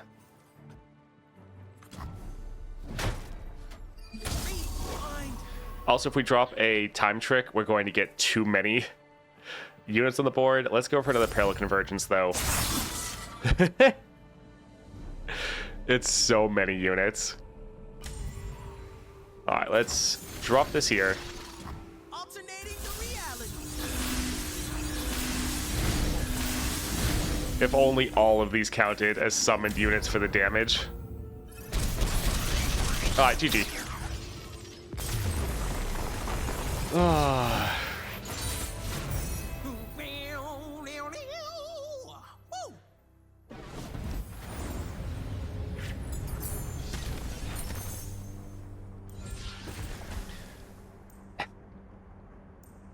Play, predict, draw one. Looks like ad drops will hold off here. So yep, need to go get a drink, go to the bathroom, go ahead and do that. I'll do that myself.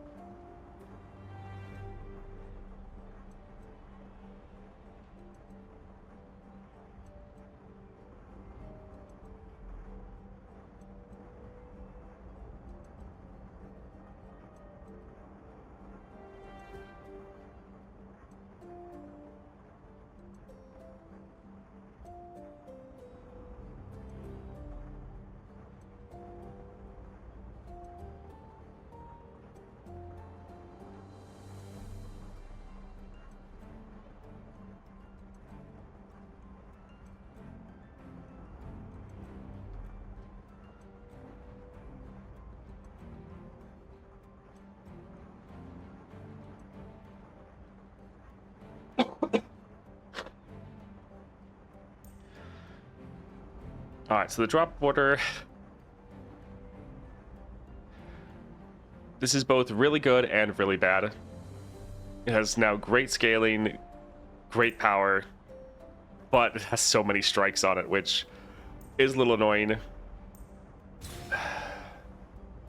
We're potentially going to cut it right up here.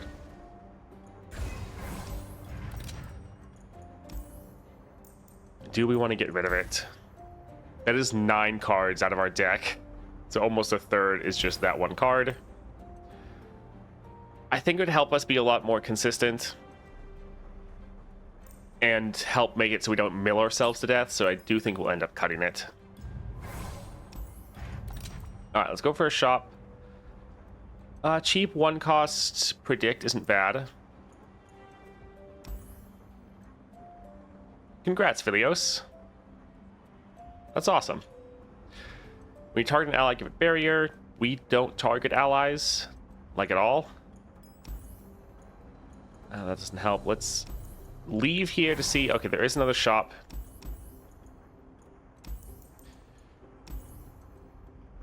But yeah, we don't have equipment or attachments. Okay, this can be solid. This can be especially good for Ekko. I think we'll save our gold for the other shop. Ancient Preparations is fine, but I think we're... Yeah, I think we're good. Yeah, let's go for the shop. So, yet a yearling. How fun.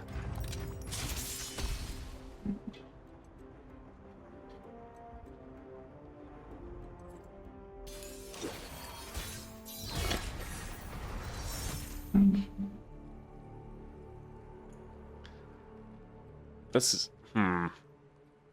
Let's get rid of the curse, and I think we can hold on to the rest.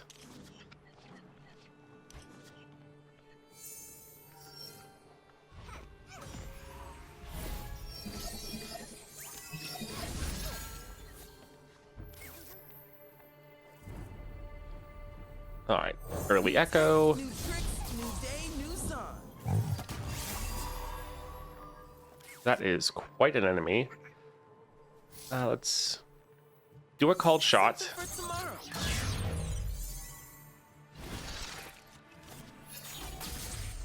We'll use 2 mana for this time trick, and then we'll use 1 mana for the time trick we're going to create. Nice, we already have a parallel convergence. That's fantastic. We could already play it, but we'll hold off until we have a little bit more. Alright, predict. Alright, we can predict another time trick. Heading topside. We can go ahead and attack here. Yeah, let's try to wear this down a little bit.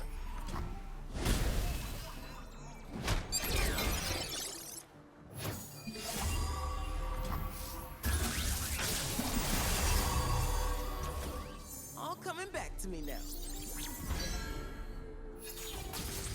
Alright, decent opening so far.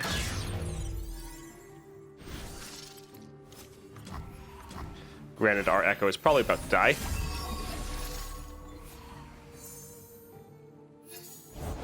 Come on in. We can actually use Death's Hand plus Blade's Edge if we want. Yeah, I feel like we're not going to be able to build out our board, really.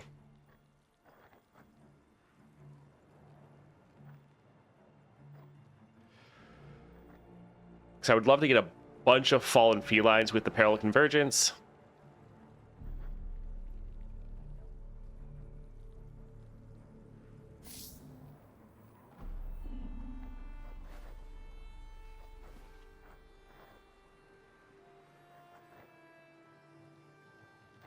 I think let's...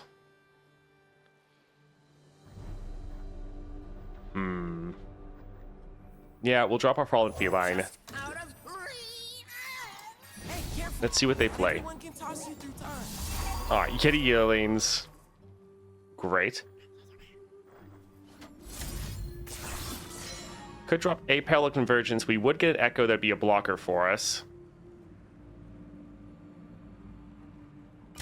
Yeah, let's actually go ahead and do that.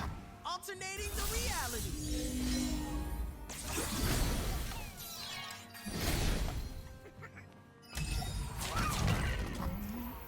Alright, so that's going to die. We could use this Death's Hand to kill the Bull Elnuck,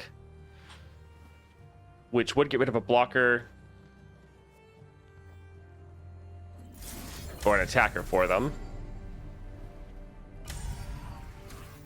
I think we'll hold off.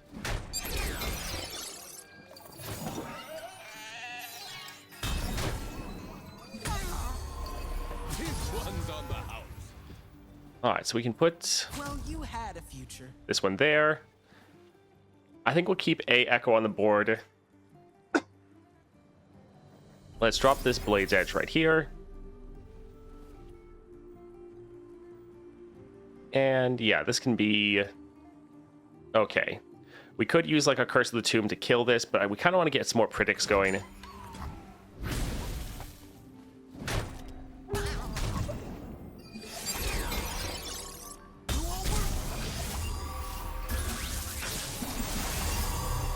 Alright, a bunch more Echoes, Fallen Feline. I'm actually fine with the Fallen Felines. Coming back to me now. Let's play this again, see what we can get. Ekko, alright.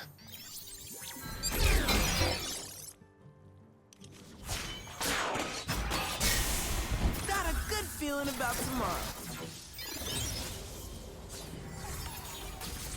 Yeah, it is annoying that I don't think it's just the Lysandra adventure, but they do have the AI like programmed to like not kill you if you have the Tridimir revive power, the unyielding. That is always annoying when you're actually wanting them to try to kill you and they don't. Out of reach.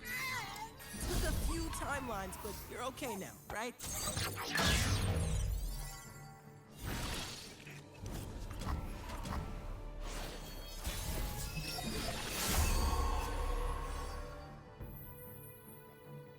Alright, I think let's drop Parallel Convergence here. We'll get a strike off with our Ekko. We'll get another Ekko on the board. See if we can draw some more. Our Fallen Felines are pretty big and solid, and they're going to constantly be shuffling more into their deck. Any strikes we get off, give them Ichor.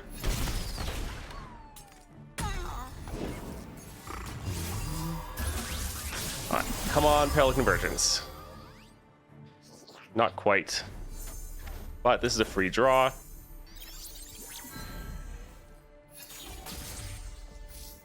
Splitting the timeline.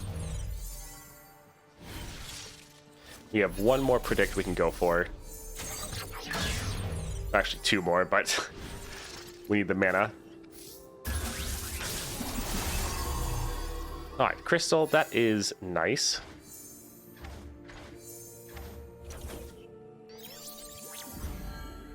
I think we'll save this for next turn when we have our... Oh, what is it called? Chemtech online. Something for tomorrow. All right, so we can still get a attack in. These echoes won't die. They'll both give us a fleeting time trick, so we still can potentially get our parallel convergences off. Nothing escapes my watch. I do my own stunts. I think we'll actually hold the fallen feline back. We could use a blocker next round. Look up for Reavers.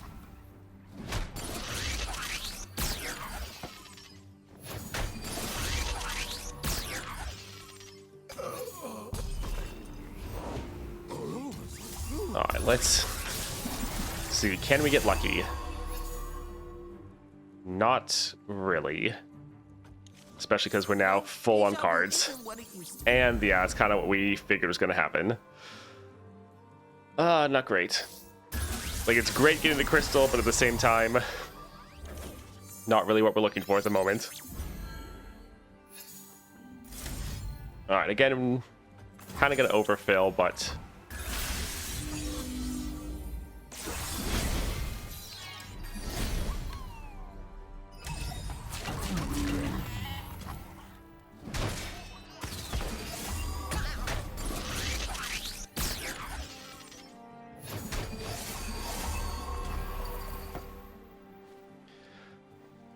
we could predict again, but it's going to make us overdraw next round. Although I suppose it's better to try to see if we can choose what we're going to get. All right, we're going to skip because we don't want to grab one of these because it will get obliterated. Right, I remember this. And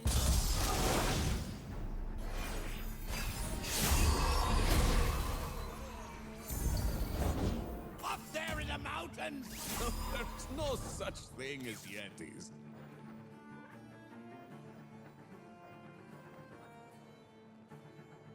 So this is a predict.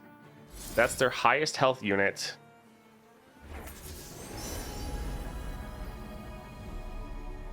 Don't really want any of those, to be honest. Another crystal. We'll skip because I think we are, maxed out on cards. We don't want to draw either of these. Oh, right, it's going to go off twice.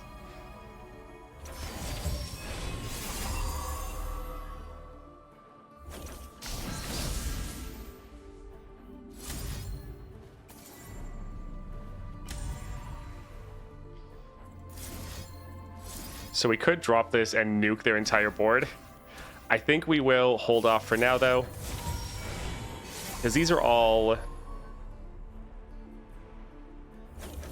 fast speed, so we can play these in response to whatever they do.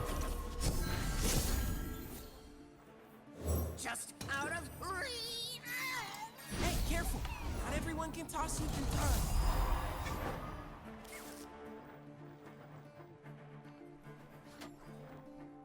All right, so we can't really play anything because we need to have the mana for these four. We'll wait and see what they do when they attack. All right, so there goes pretty much their whole board. All right. Not too bad. Whoa, this thing is hot.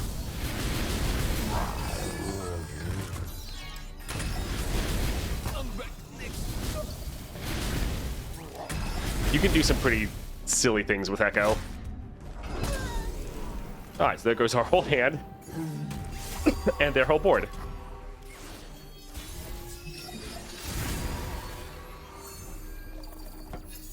All right, so we can just drop this and that'll be GG. Another timeline coming through.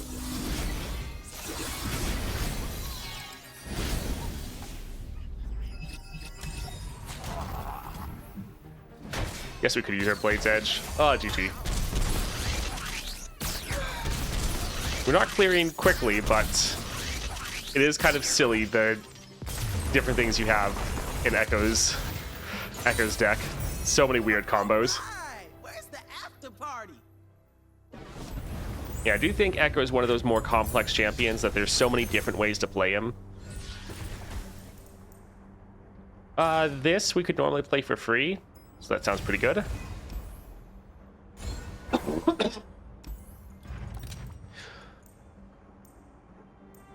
All right, let's see.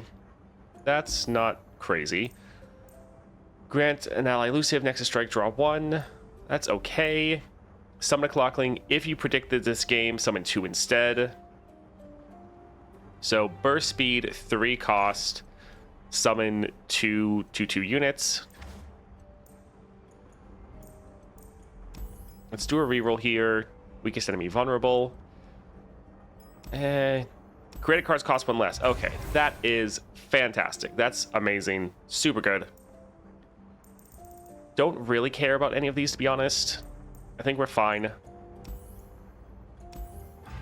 But yeah, that is one of like the best things you can get. We're pretty good on health. Is there something here we really want to cut? We haven't narrowed down our hand considerably. The removal's nice. Curse is a little niche. Legion Grenadier was bad, but now we're going to be able to play it for free. Yeah, I actually like most things we have. All of them kind of have a place.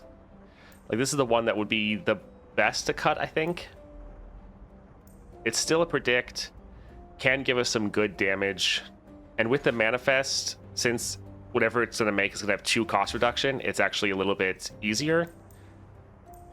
I think we're actually fine. We can just go for the heal. And yeah, let's go for Viego. But yeah, that's created cards cost 1 less is going to help us out a ton. Our Ekko can be like a 1 cost now.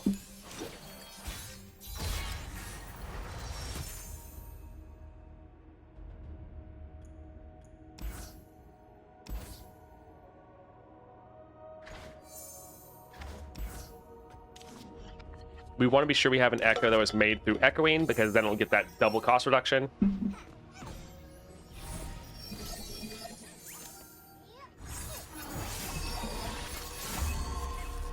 Alright, they will get the Grenadier at the end of the round. So that is a little annoying. I think let's just get rid of that spell shield, also see what they play. I command you. Back in the game.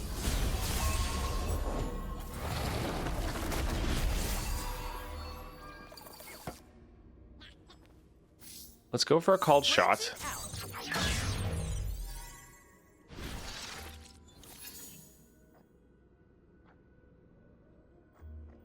I do my own I think let's attack and get a predict in. Oh, I guess, yeah. Well, we still get the strike off. But yeah, they're Viego leveling up. This is going to be a little tough.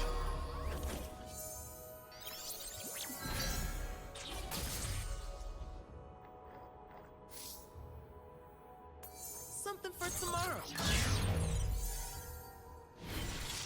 It's like I kind of want to play our Fallen Felines, but I also kind of want to save the mana. Yeah, we're probably going to need this to kill their Viego. I guess let's get these on the board. Out of reach.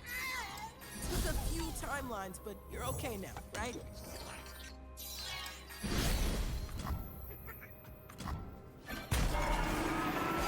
Yeah, this is going to be tough. The darkness, like hunger, only grows.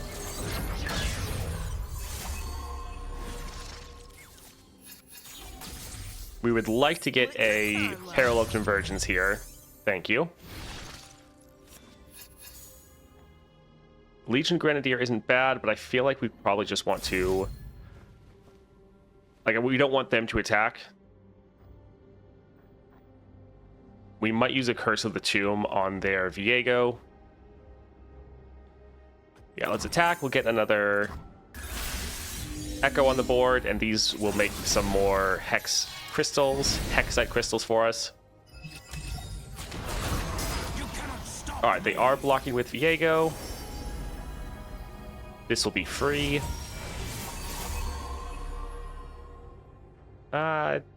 Don't really want any of those, so I think I'll skip. Yeah, we're going to try to get the Viego as low as possible.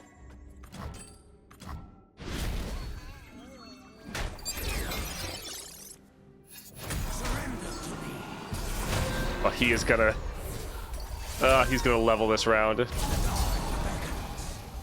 Unless we're able to attack him or kill him.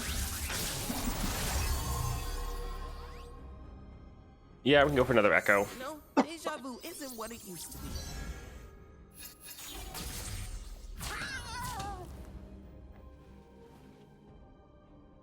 I don't want this Ekko to die. We can go ahead and go for another one of these.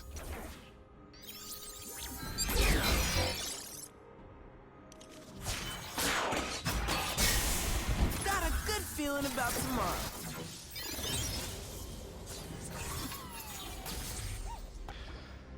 So I think I'll save the crystal until we are at 6 mana. So we can go like this, taking some damage, but the biggest thing is we're killing Viego. Because him leveling would have been very bad for us. And while they're getting more and more powerful, we're also getting quite strong. I think let's use the called shots first. Beautiful.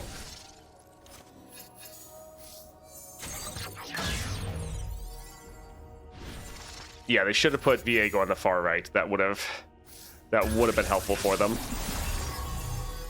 All right, another parallel convergence.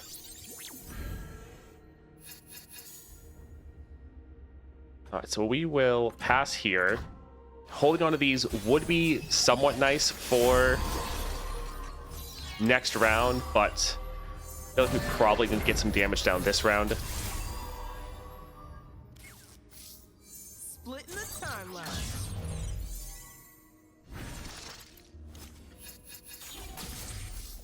So we're probably going to play our double Legion Grenadier.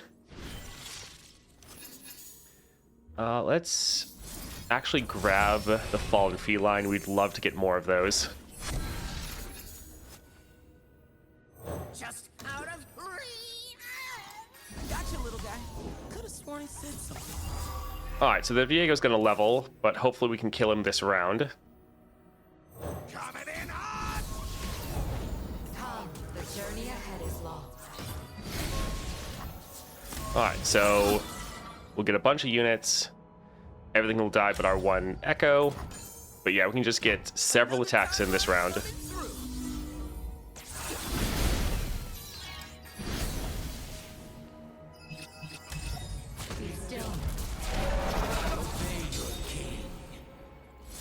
Sure, let's still pop that spell shield. I command you.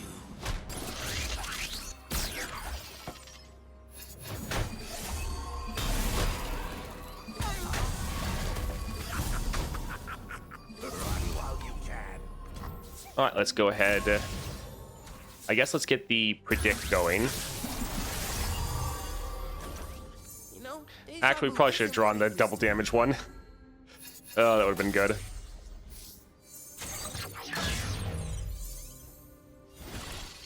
Alright, another parallel convergence.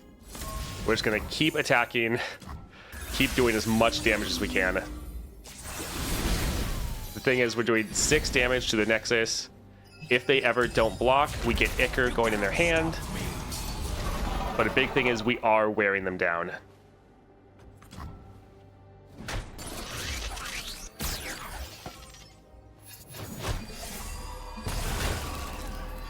My Ekko is 5 stars.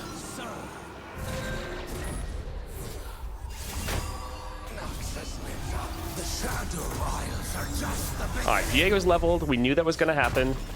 The biggest thing is that's a round start effect, so we still have time to try to keep that from getting out of control.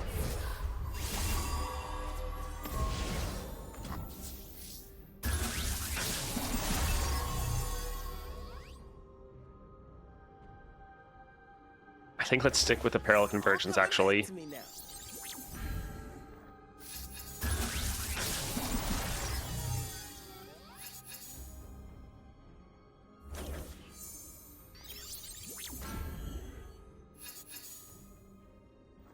So we could save this for next round, but I feel like we could drop this here to get rid of 2 of their blockers, which wouldn't be bad.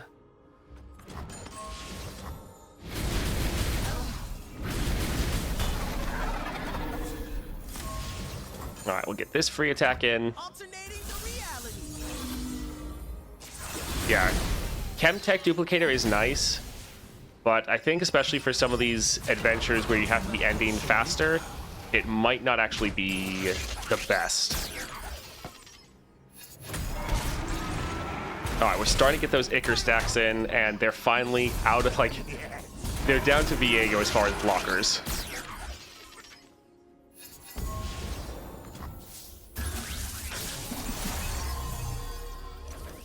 Oh, right. I remember this.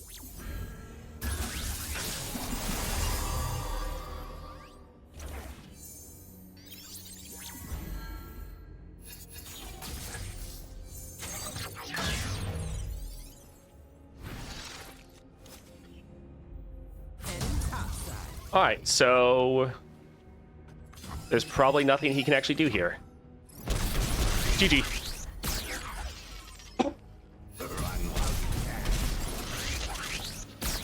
Easy. Man. Oh, goodness. So that was a long adventure, but that was pretty good. Yeah, I haven't played Ekko for a while, but that was quite strong.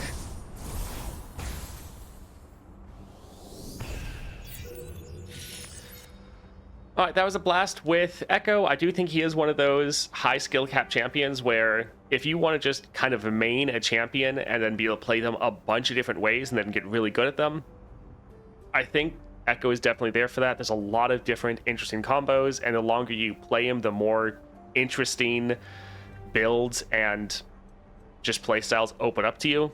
So Ekko is quite a lot of fun. That worked out quite well. Still not set on a build for him. I did like the Death's Foil, and I do like the Echoing. Chemtech, often, like you saw right there against the Viego, never actually came online. So just throwing on potentially like a Stalker's Blade might be better there. But yeah, a lot of fun with Ekko. Silver Star Vessel. Oh, 10 Runeterra. That's actually really solid. I think that brings us to 40. Or yes. So we can now either get Aatrox's 5th star to get the extra mana, or we can go for Nico and get hers. The one good thing with hers is if we get this, we can then start getting some of the other upgrades that are locked behind it, which is super annoying. Whereas with Aatrox, his is just off on its own. But that's actually nice. We can upgrade one of those champions. All right, for this next one, it is going to be interesting. I'm not sure how it's going to go. So the 6.5 up against Lysandra. We have Sliver of Divinity. Round start, the foe draws a unit, then grants their units in hand 2/2. So they're getting 2 draw at the start of the game, their normal draw, and then their extra draw from this. So they're never going to run out of units because they're always drawing one at round start. And they're buffing up all of their units to hand by 2/2, but there's actually going to be more than 2/2 because of the Deadly, because they're not summoned yet. So this is going to kick in and then buff up those stats even more. So they're going to have absolutely massive units. And then the Broken Blade, just giving us some cost increase. I actually want to try our 6-star Caitlyn here, because I want to see how she does. The round start, them drawing an extra card, means they're going to draw some more flash bombs, so that can be good. But they're also going to have massive units, and the Broken Blade can negatively affect us. So we might just get stomped out, but I'm just really curious to see how Caitlyn can handle the Nightmares, because I don't think I've really played her in Nightmares before. So let's draw our Caitlyn. We're going to go for her Relic, Hidden Tome, and Gatebreaker. Pretty solid build generally. And let's see how we do here. Your Ace of the Hole is going to get expensive, but also the Flash Bombs will keep reducing its cost. Yes, that's going to be the biggest thing where it's like, it's kind of affecting us, but at the same time, we're offsetting it. So yeah, we'll do this here. And ads just hit, which is kind of perfect timing. So right before we get in, if you're listening to this, go get a drink, go to the bathroom, stand up, posture check. Do that. I'll be right back.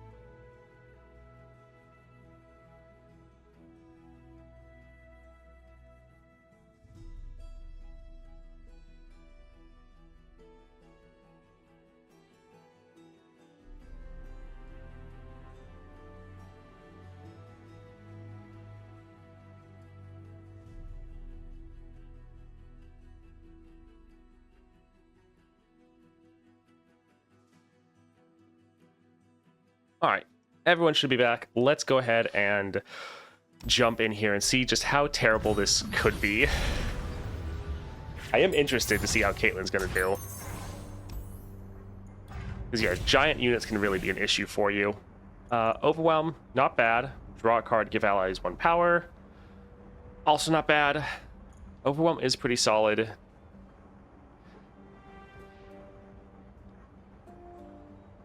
In before we win super easily? I mean, we'll see. Yeah, I think we'll go for this. It's just nice and consistent. All right, let's go for Battlesmith. Yeah, it might get super easy. Like, this is a 6-star champion, but Caitlyn can struggle with giant units. I like Double Agent and Sting Officer, but I kind of don't want them in our opening hand. Although we don't have our support champion. You know what? I'm potentially fine with these. Yeah, it's okay. I was normally going to try to reroll for our support champ to get their Sheriff Piltover, but we can't actually do that, so kind of think we won't bother. So yeah, they do have the double draw, which is pretty great. I think let's just attack and then try to use our ace in the hole to kill whatever they play.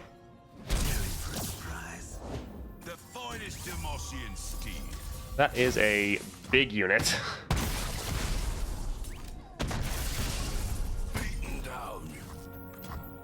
Yeah, the double draw is going to be good and bad for us. It's going to help reduce down our ace in the hole, though. I'm actually here. All right, let's go for double agent. That barrier will be a good blocker. All right, they don't want to attack. That is perfectly fine with us.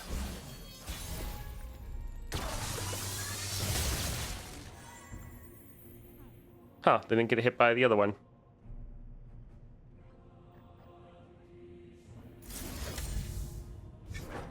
Sure, let's go ahead and kill that. Well, that's a little rude. But more damage on their Nexus. So soon. A Demacian soldier is worth 10 foes. So we can drop Caitlyn here. She's going to strike their Nexus. As they say, makes perfect. Well, what have we here? Okay, this is going to hit their Nexus again. We could get another Caitlyn, which would let us play her next round. Although she's going to be more expensive, but that's fine. Here's my calling card. Carry on. in my sights. All right, yeah, let's attack, get some more flash bombs going, hopefully kill that unit. Them head on. Opportunities double-edged. All right, not too bad.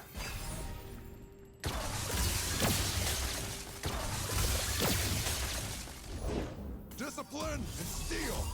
GG. Miss, and fire long shot. All right, nice.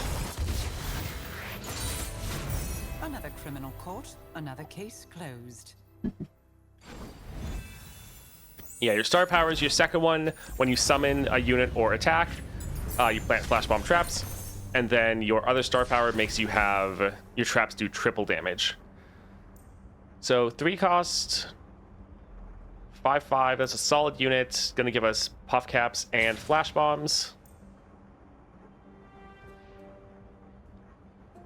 Sounds decent. Yeah, let's go for that. All right, support champion. Aurelia could be decent. Yeah, Aurelia is like one of the best support champions you can get, because we can get the Blade Dance for the attacks. This will be a nice cheap unit. Aurelia, we could play her. She can die, and then we can try to play her again. Granted, the cost increase is going to be terrible. Yeah, I think Aurelia could be really good for us, though. All right, Solitary Monk, Slot Bot, Gold Chest. Is there something we want to cut? I mean, Defiant Dance is a little much, a little bit too expensive.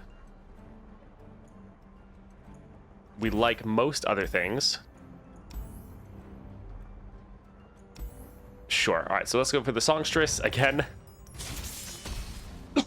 This is the 6.5 Nightmare. We're running the Hex Tech Rifle, the Hidden Tome, and Gatebreaker. Let's get rid of most of these. They're all kind of too expensive.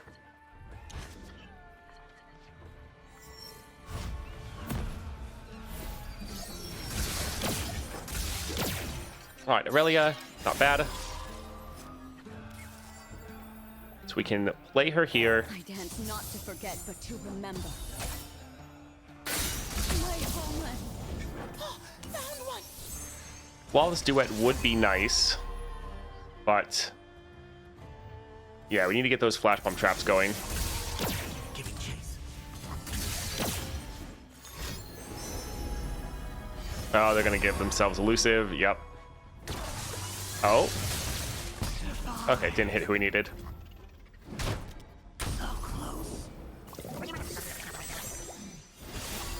Yeah, this will be interesting. They only have 17 cards, though, so those flash bombs will be doing a lot of work.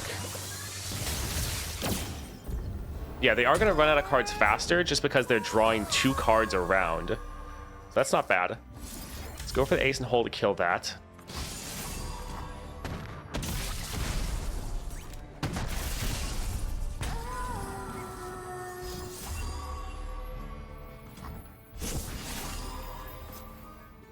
House Swamp.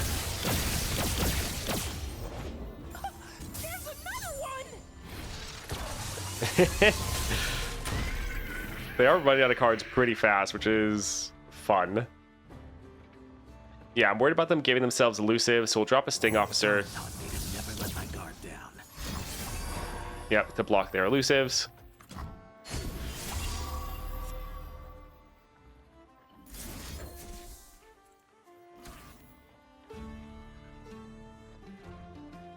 Alright, so we can pass here. Wow. That's a lot of damage for a 0 cost. Alright, we need to give, yeah, some of our other units elusive to try to block this here. Or at least one of them.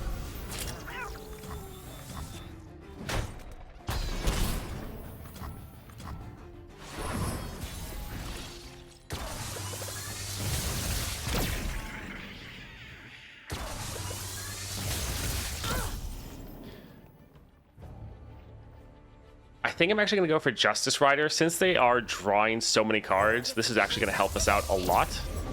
Hello, new best friend.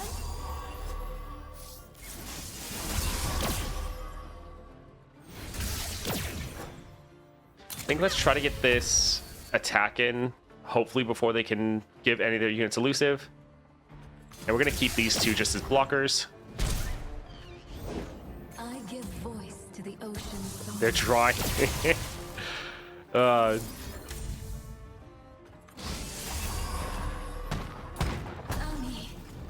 Yeah, the fact that they draw so many cards is just fantastic for us. All part of the plan. Setting up a roadblock. Experience grants wisdom and strength. That is a pretty massive unit. Do we want to drop our Caitlyn? Sure, let's go for it. Practice, as they say, makes perfect. What's the enemy powers of the nightmare? They draw an extra card. Well, they draw a unit at round start, and then they buff up all the units by 2/2. You sacrificed so much for us, child. No more than anyone else has. That's a 4 cost. So we could use this here and just get rid of it, which wouldn't be terrible. Sure. And they have the Deadly Power and Broken Blade, so they increase the cost of any cards we've played before.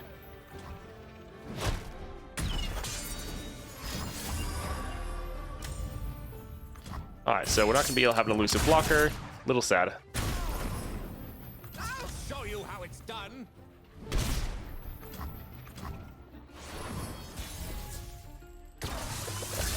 All part of the plan. Alright, so we'll attack here before they have any blockers and end the game.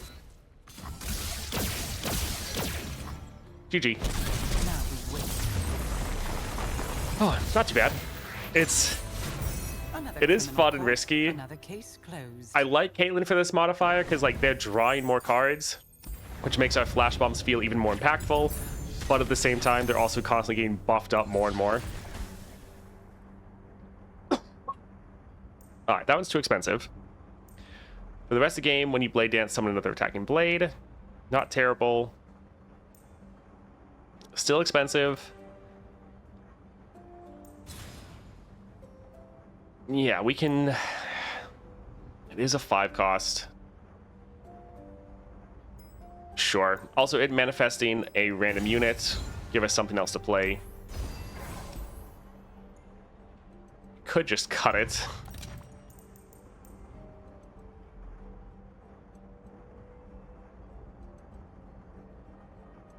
I think let's get rid of the Defiant Dance, though. Smooth Soloist. Okay, that'll be nice. Let's go for Unscarred Reaver. If we could get, like, Enfeebling, that would be great.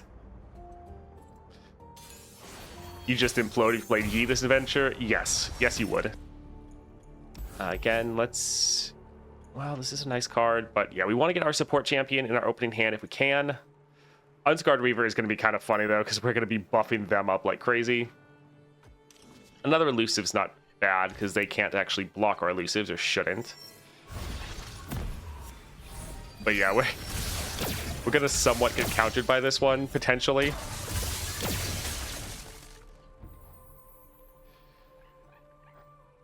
Alright, so we have our ace in the hole. I think let's just go for our Sting Officer. I've got this. 15 health is a ton. That is going to cause problems. Alright, let's just attack like this with our elusives. He's coming. I learned my scars. Oh boy. Yeah, 15 I think is a little too much damage for us to deal with.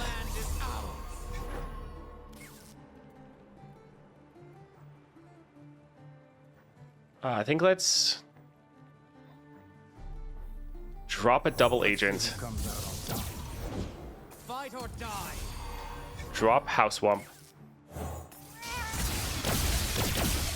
Leave nothing standing. Alright, so he will block this one. We'll see what we're able to get there.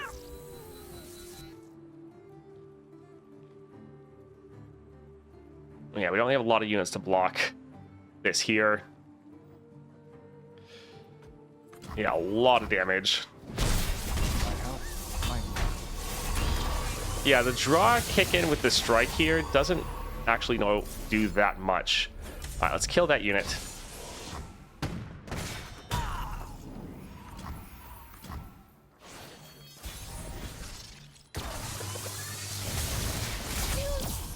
Also, we're not getting our support champion at all, which is unfortunate because that does help out a good amount. Right on target. All right, so let's just attack like this. Get some more flash bombs, make them draw another card. Opportunities double-edged. All right, so they're both dead. That's a massive unit. I mean, maybe our ace in the hole can kill it if we get lucky. Well, at least they're a lot lower. In the War Mother's name. We did draw a decent amount of cards. Sure. Practice, as they say, makes perfect. News from the Undercity ship, Captain? All in the report, Sheriff. Should pay off nicely.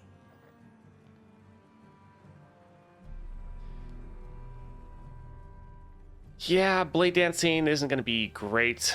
Let's go ahead and drop Flash Bomb Peddler. Yeah, sure, we can go for the advanced intel. This time, we'll make things right. They do have a lot of Flash Bomb traps in there, and they draw 2 cards. Smell that barg? Fear. Alright, so both of those have Overwhelm. Not good. Let's kill at least one of them.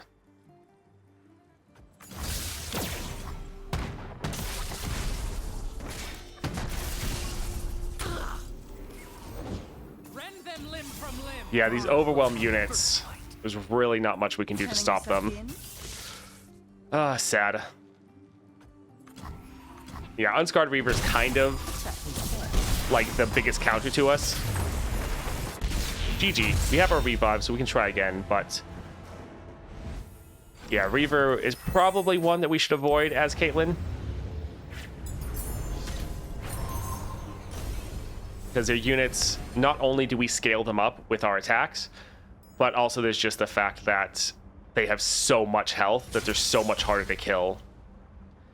They can eat way more flash bombs than most other units and still be standing.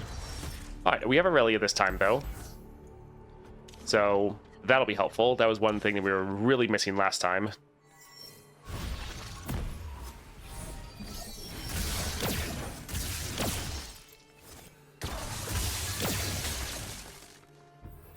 Alright, we'll just immediately drop Aurelia. Show them no weakness.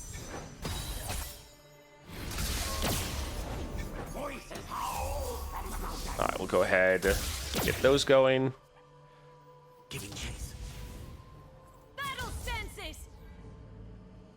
Sure, we'll attack, we'll try to get them a little bit lower. We'll give us another flash bomb. I've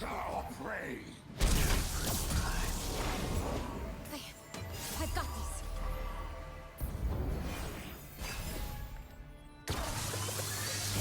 So yeah, every round they're drawing minimum 2 flash bomb traps because they're drawing 2 cards. Oh, such a big unit. So she would level. Give us another blocker, but that's not that big of a deal. I think let's get our I'm always on the right side. agent going. I'm bound out.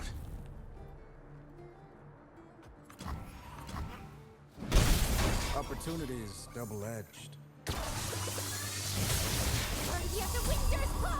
Alright, let's drop this. The biggest thing is killing those overwhelm units. Those are the worst for us.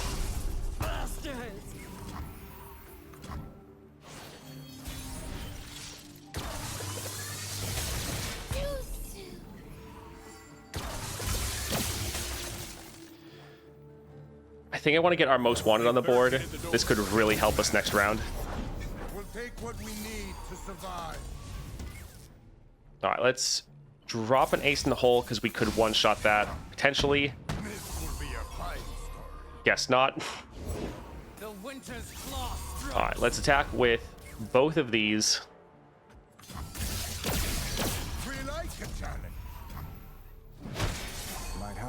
Might not. Another day, another fight. All right, we're gonna try to play a most wanted. If we could. All right, beautiful. One of them gone. Also, they don't even have a lot of cards left. In the War Mother's name.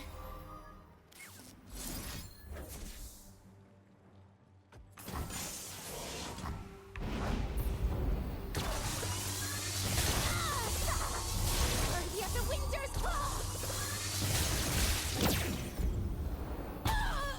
All right, so that unit's gone. Torn from battle. That one doesn't have overwhelm. Our ace in the hole is free. Let's go ahead and drop our Caitlyn. She'll do a lot of damage here. Closing in on the mark. No backup needed. Me? Miss? Not by a long shot. All right, if they attack, then Caitlyn can get another hit off. Let's try to kill this unit. If we crit, we are fine. All right, we crit. Perfect. There shouldn't be anything they can do now. This will be a fight. Just another winter. All right, let's just attack, and this should be able to You fool. end. Another day. GG. We beat the hard counter. I must say, That a is satisfactory potentially the outcome. toughest fight we're going to have the entire adventure. Maybe. I mean, we might have other fights that are harder just because we have bad luck, but that one's kind of designed to counter us. When him summon, give other allies 1 power this round. Flawless duet, recall an ally. Recall an ally is not great because they're just going to be... it's going to be expensive to replay them. This isn't bad, Blade Dance 2, but it's a 5 cost. I think we're going to want to probably stick with just cheap units, especially since we're fighting a mana increase right now. All right, we'd like Enfeebling. Spells cost 1 less. That is pretty good. Yeah, that, like, we could keep re-rolling for Enfeebling, which would be nice, but this is going to make our spell regenerate from our champion less. This is going to make the spell regenerate every single round less. We have some very important spells, so that will be solid. Oh, look, Aurelia. That's going to be fun. Do we want to cut a card? I think we will cut Storm the Blades. It is very pricey. And we are needing our early game. We can't, like, we're not able to stall as well as we would want. All right, Aurelia. Fight for the first land. This will be very aggressive, and yeah, could be rough.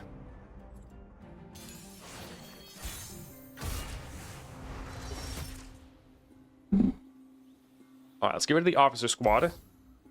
The rest of these are pretty solid, though.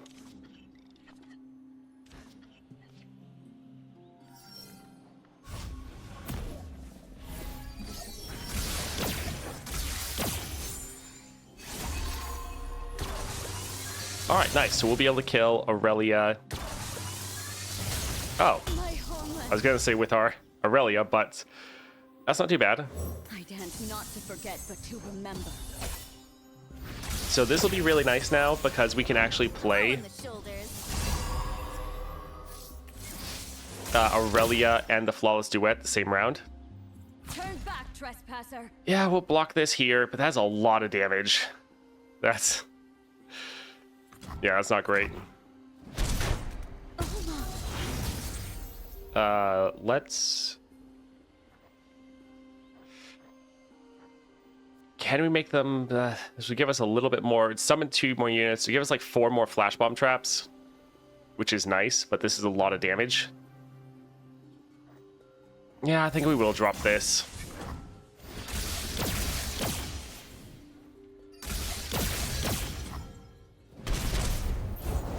What's today's lesson? On foot. We just need to get as many flash bomb traps as we can going. Just like we practiced.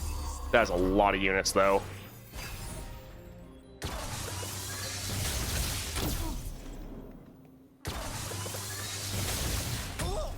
All right, not bad. May my steps and my heart be light as air. That's so much damage. This out. Find her. All right, let's try to drop a double I'm agent. always on the right side of things. Let's try to kill that unit. We could end the round, but yeah, we want to get that damage in. Left foot, left foot.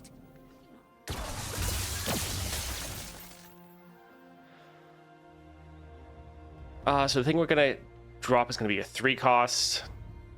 Let's actually play this first, because when we draw a champion, we're gonna refill our mana.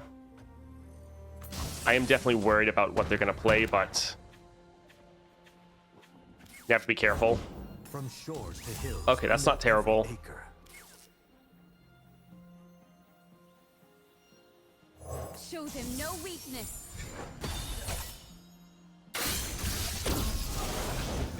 Showtime. For our home. All right, let's drop this right here. Let's also drop a Sheriff of Piltover. About We just need to start reducing down the damage we're taking. We'll let this hit first. That way, this is off the board, so anything we draw is going to hit these two. But we have 2 flash bomb traps minimum. Oh, it didn't disappear. Okay. On every single card that they have. But we don't have a lot of health, and they have a ton of damage, so this is very scary. Head to them. Everything's better with company. Says you. All right. Unelusive, how fun. We do not have any elusives to stop that.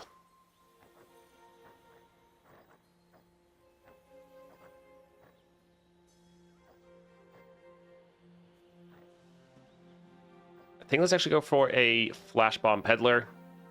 Potentially what we get as far as a spell, we might be able to... When rhythm takes hold, there Yeah, this is what we're hoping for. I was hoping we'd get an elusive. We did not. Okay. Well, this is probably going to be game. Sad.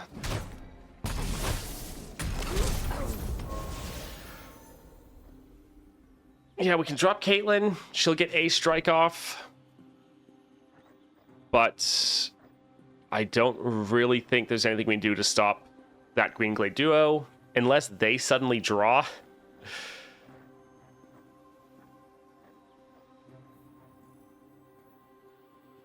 Yeah, sad. Not too much we can do. Closing in on the mark. No backup Because needed. they still have their attack token, and we do not have any blockers. Well, what have we here? We do have a lot of flash bombs, so Full speed ahead. if we got slightly more lucky, we potentially could have had it. Oh well. Here's my calling card. I think this is going to be a great one for Ashe, though. If you have 6-star Ashe, I think it's going to be pretty solid.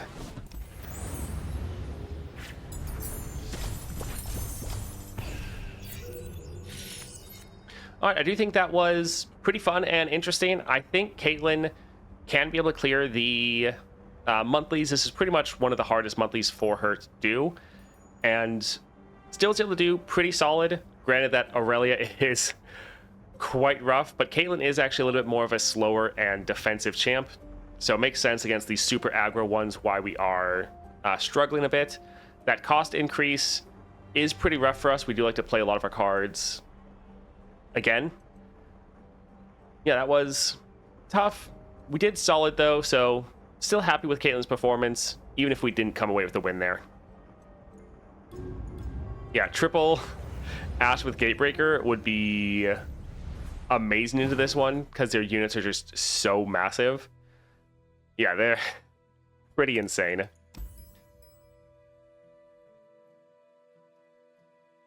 We could go for Swain.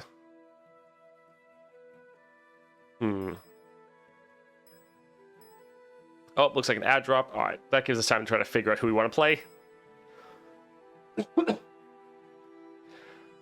Yeah, if only I had 6-star Ashe. soon, but not quite yet. Welcome back, Grape.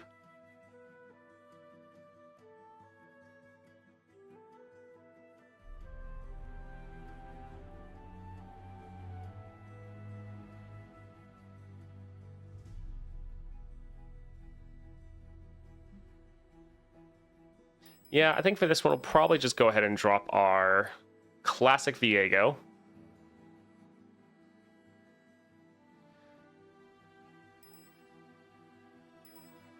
Because I kind of just want to be able to... Why not buy Freljord Crystal from the shop? Because I don't feel like dropping, like, close to $100 at the moment. Can Viego beat this? I mean... I think everyone is going to struggle with this one because they do just have absolutely massive units. Viego, you normally don't play too many of the same units, so this one is okay. But yeah, this is going to be one of the tougher challenges we've really had. So I think anyone here is going to struggle. Yeah, I think we'll try with Viego, but this is actually going to be a pretty tough challenge. Yeah, we'll try to go for our OP build, or well, our fun build. And let's go ahead and go here. 6-star Ash gonna struggle here? Probably not. No. She's gonna probably the best time out of everyone. 6-star Ash with triple Gatebreaker is probably gonna be fine. Grandeur Plaza, that is a lot of fun. Alright, Crimson Aristocrat.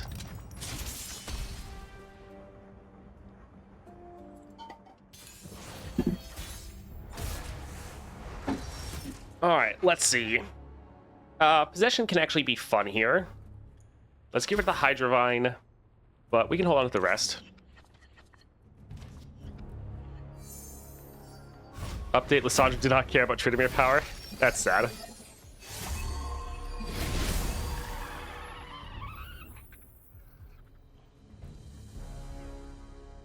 We'll go ahead and drop this here.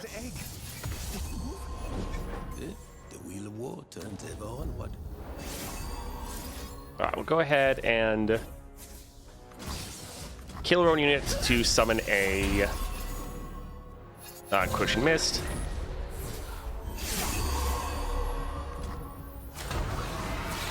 I guess, yeah, we can drop our soldier.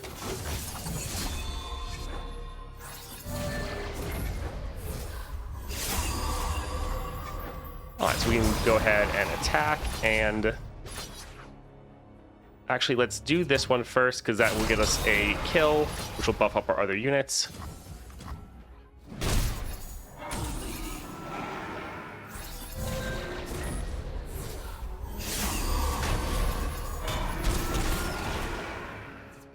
Alright, so we can go for turn 1 Viego. The whole world.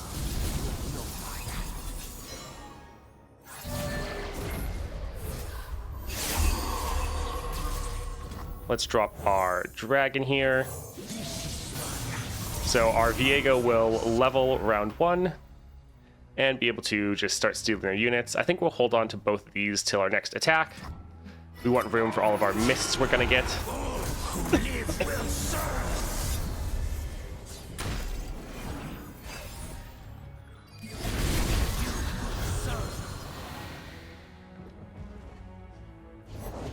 Nothing can stop me. Let's go ahead and just steal him. We don't really want him attacking. Sadly, we don't have a way to, like, kill it ourselves. But we don't really want them to attack.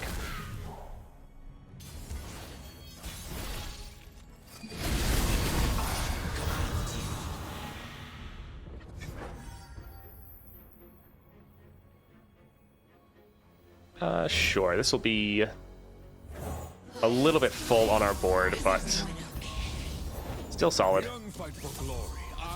We can bring this here.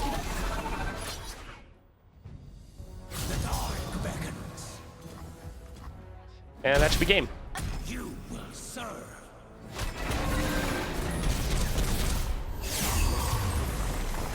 Oh, nice. I feel like Cait either scales bombs too slow or has to sacrifice her own units to block enemies too much for her to be able to properly face Lysandra. No, you can still do Lysandra. It definitely helps if you go up and get the remitter to make enemies or everyone cost or do 1 health. That's pretty nice. If an ally that died this round, deal 4 to an enemy. Honestly, 4 damage isn't going to be enough. Often, these units are massive. Crumble, though, kill an ally to kill an enemy. That'll be solid.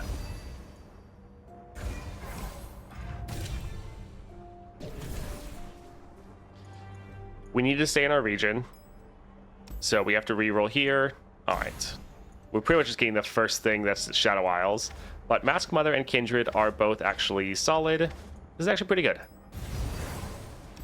Slotbot, Monastery, or Spells Chest. I think we want to go to Slotbot just so we can go to whatever path works out best for us. Mana Soul or Mist Wraith. I think let's go for Mist Wraith. Mist Wraith can be fun.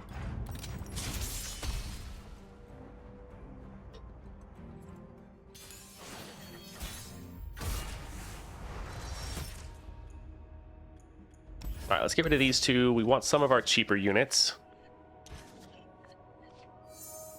Nice.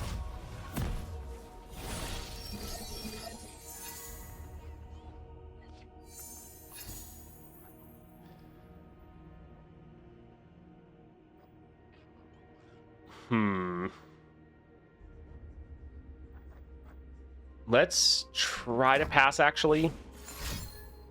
Okay, thank you. So we can play our Glare here, draw 1 more card. That lets us play this for just 1 mana. We could immediately kill it, or we could let it attack, do some good damage. I think let's actually kill it. We want to get some more Mist Wraiths going.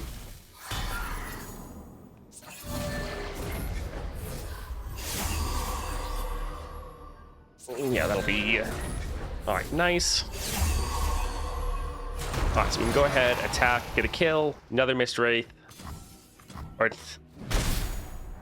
There's a Mist Wraith, minor encroaching mists. Ugh. Alright, so drop a soldier for free.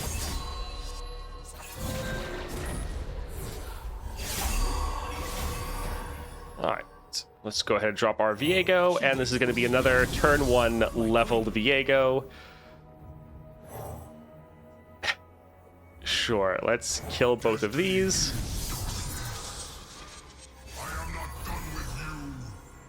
Uh-oh, should have done it the other order. Oh, nope, it's fine, good. Little worried our Viego is going to get burnt off there. Alright, pretty great opening hand. Play a Ledros next round. Oh, Viego can just be so fun sometimes. The Shadow Isles are just the beginning. We get Mordekaiser from Portal Pals.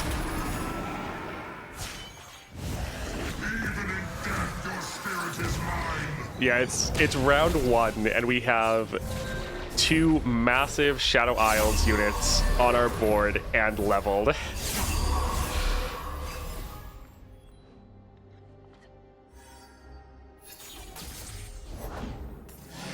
Alright, let's drop our Ledros, nuke their Nexus a little bit.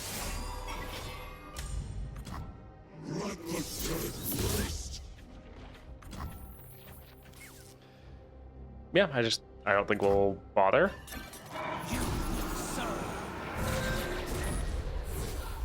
You are the nightmare for them? Yeah, pretty much.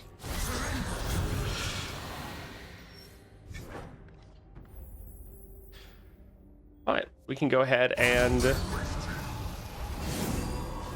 attack. I don't think that should matter. You're just gonna give us more Portal Pals? GG. I love this build on Viego. It's so fun. I will take back what is mine. All of it. It is also satisfying since We just were struggling in this adventure, and now it's like it doesn't matter. Let's go for Mask Mother. All right, we'll go for the slot bot in the middle. Sure, we'll buy one of these. Champion item, shop, or Chamber of Renewal. So we could get Spell Shield, item for our champion, or a power. I think we'll just go for the champion item. We really want to get more copies of our Viego, making sure we can play him round 1. So let's go for the Psy Scout.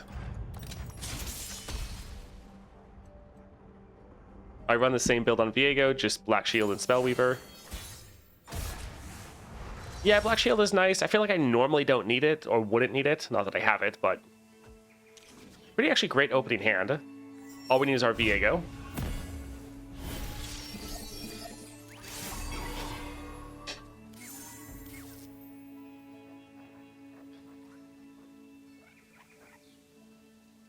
Yeah, we can open with this. Is when we kill it, we get a whole bunch of units. Yeah, the Grander Plaza is exceptionally good for our Viego, because it just makes your units hit that 4 power threshold even faster.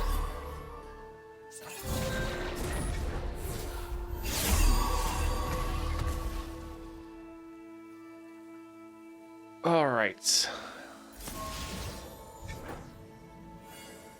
Sure, we can play that here. One problem is their units are pretty massive, and we're not actually going to be able to kill them. But we can drag them aside so our other ones survive. The bad thing is, since we're not killing them, though, we're not buffing up. We're not getting more mists. Lady Elise, where are you? Do I want to go for a Mask Mother? I think I'm fine. Let's drop our Viego. I do this for her, for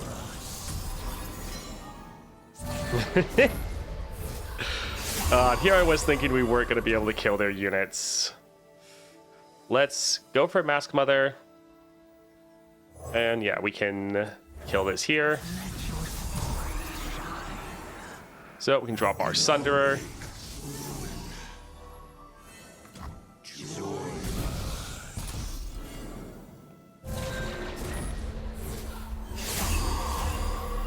And we'll still level round 1. We have more things we could play, but we're fine at the moment. Fantastic.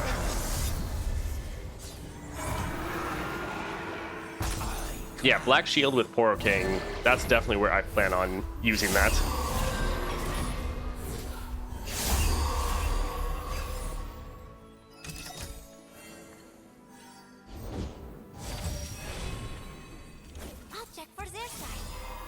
I think let's get rid of the prey.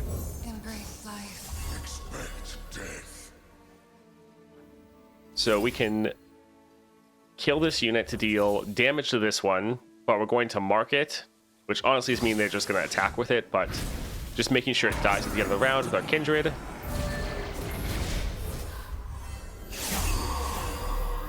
Oh, they still aren't going to bother. I guess probably because they know with the encroaching mist, it kind of doesn't matter. They will. I do think Shadow Isles is actually maybe my favorite region. It's just so much fun what you can do.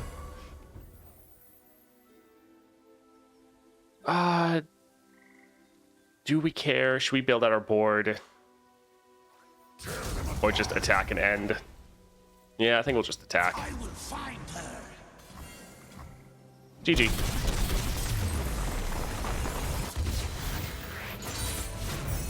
I will take back what is mine. All of it. Viego actually may be my favorite champion. He is pretty great. And even though he's like so powerful, he's always fun. We're not gonna have the board space for this. Scorched Earth isn't bad. Cost reduction though is nice. Although normally the champs we were playing for free.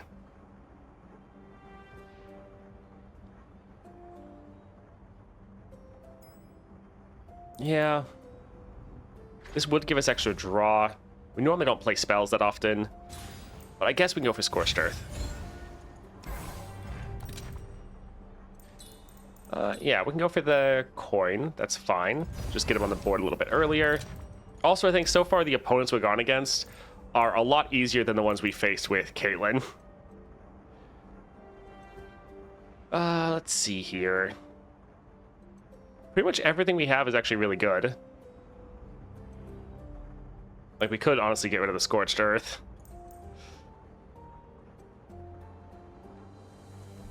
Yeah, I think we'd actually rather have something like Crumble. Although Death's Grasp is a little meh, not the best. Yeah, we'll get rid of Scorched Earth. Alright, Aurelia. Fight for the first lands.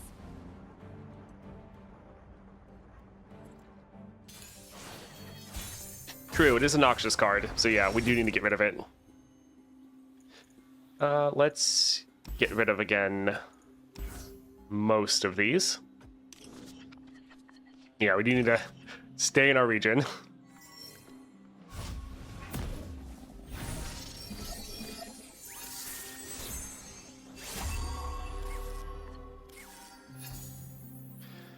Alright, so we will do this because we can play it for free. Just get another unit on the board.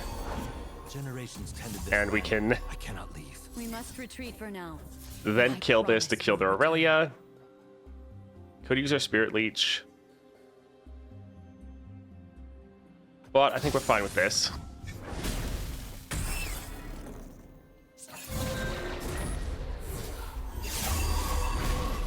My homeland.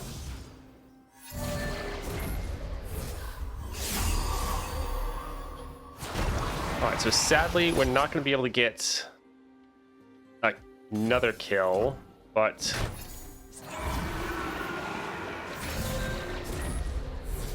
not terrible.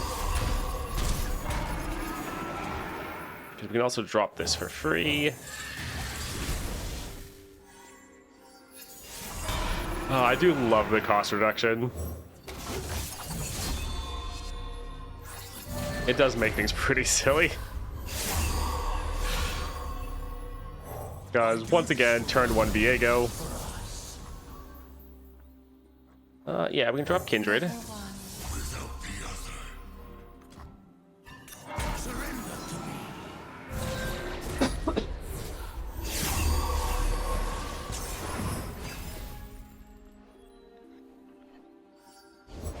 What do you call that technique?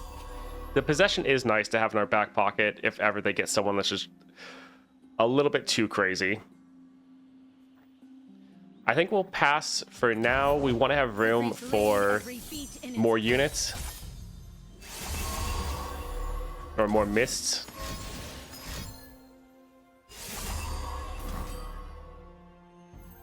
Alright. Fight for the first lands. Alright, so we can let these two die. That'll be fine.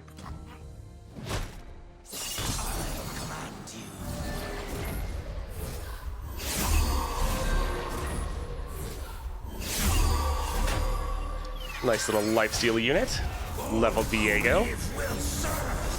Guess we're a little bit behind. We didn't level Viego turn 1.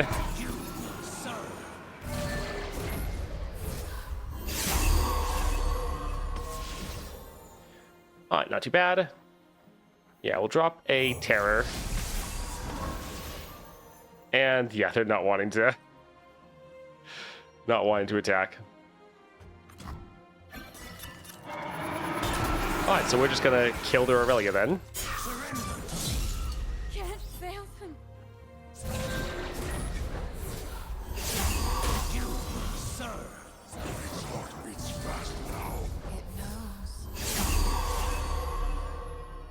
Alright, I think let's just go ahead and attack. Drag these two over here. And that'll be game. The pulse fades away. On to the next.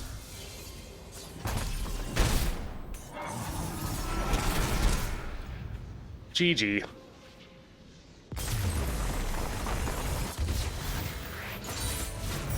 Hunted down. It is actually nice for these nightmares that are very hard, so that when you have a very broken champion, you actually feel like you'd still have something that you know is challenging to go against. Power Riff, Immortal. Deathless is fine. I think we'll actually just go for even more cost reduction. Getting him on the board even earlier could be very fun. Disarmed is decent. Higher Education, not bad.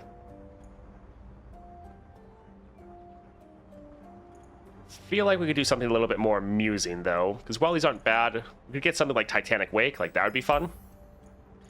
Easy Prey, 2 more units to start the game. Sure. Yeah, that could be something. Alright, let's go try to eat some Poros.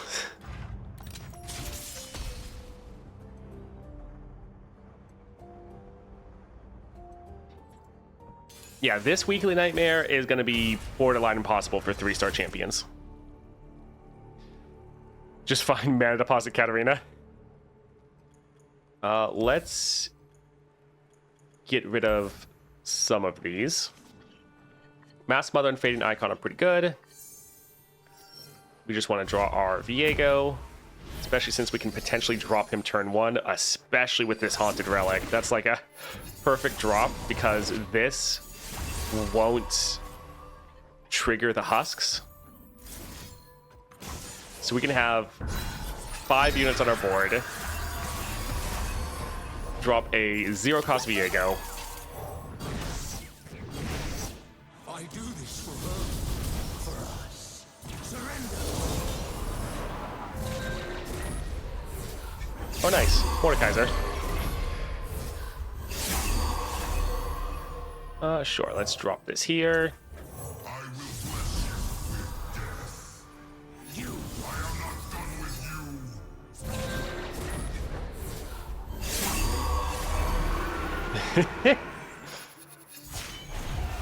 you. And we're leveled. Oh.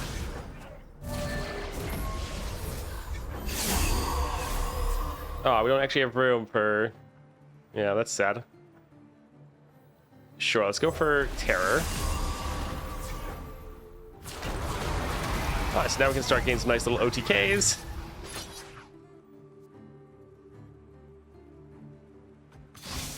Actually, we might not have quite enough damage.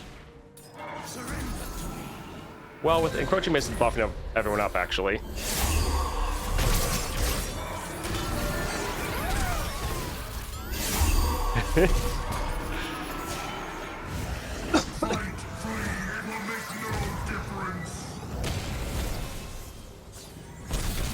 GG. Woe to the vanquished.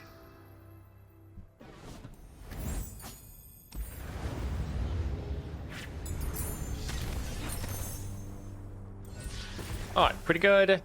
Making him cost 1 more isn't really going to be an issue because we're normally playing him for free. Making this cost less will be nice. Alright, come on, like Titanic Wake. Another unit gives us more cost reduction for our Viego. That's fine. When ally dies, last breath, Reckoner's Mark. We can buy 1 copy of this. Although, do we really care about the Ardent Sensor? Not really. Honored Lord. Yeah, some of these aren't bad, but also it's like, do we really need them? Not particularly. We're kind of doing just fine. Let's go up here and get another item for our Viego. So, Jagged Butcher.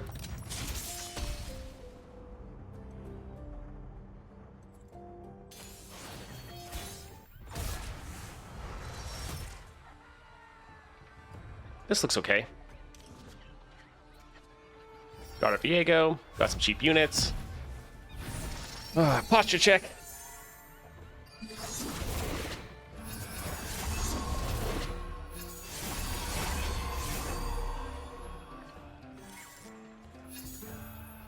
Alright, so we could do a 1-cost Viego. Could go for Shape of Fear.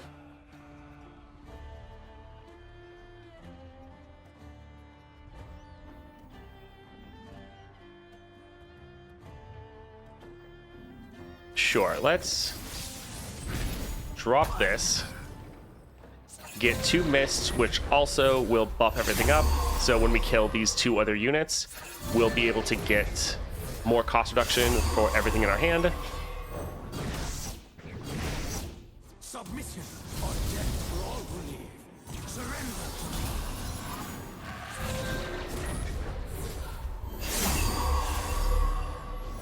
me. Welcome.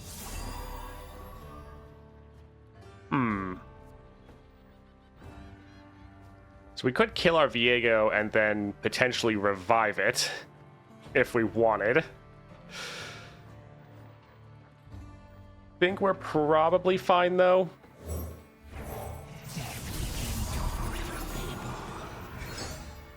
Do we want Kindred? Sure, that can be okay. As you wish, dear wolf. Yours is known across the land. Alright, so get some damage down. This won't kill anyone, but it is just reducing down how much health they have. We could kill one with Unspeakable Horror, but we don't have room for it. So let's go ahead and attack like this. Bring some of these over here.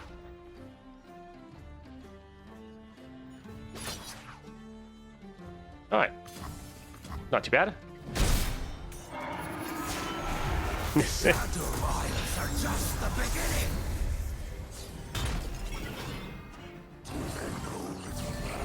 They will. Still laying down, no posture here. Play again.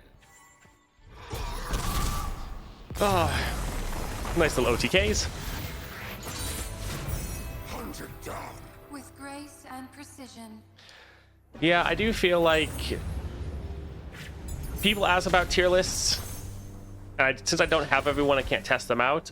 I do feel like Viego is probably one of the S tier champions when you have them fully maxed out. Because like we just saw 6-star Caitlyn, and I like 6-star Caitlyn. I think 6-star Caitlyn is fun, but comparing how that run went compared to this, like we're just absolutely annihilating them here. Radiant Plate, don't want even more increase. Let's more stats. Sure. Yeah, Viego, probably one of the strongest 6-stars in the game.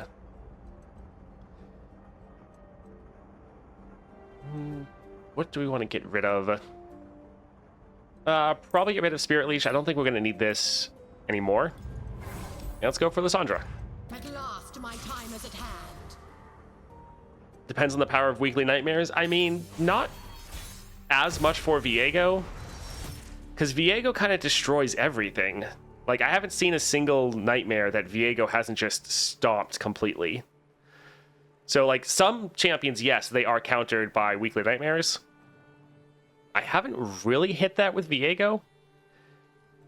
Unless I'm forgetting something, which is possible, but yeah, Viego doesn't really get countered.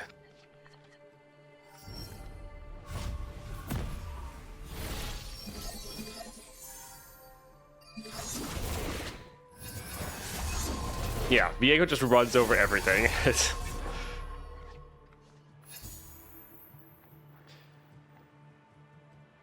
Kill an ally to deal 3 to a unit, so we could kill 2 of our own units, but yeah, not really worth it. Let's just drop our Viego. I do this for her. New modifier, enemy nexus is immune from ephemeral unit damage. I mean, even that wouldn't actually matter. Because, like, you still drop massive normal units. Nice to meet you. Your ephemerals are solid, but it's not... That's not doing everything for you. This is a 2 cost.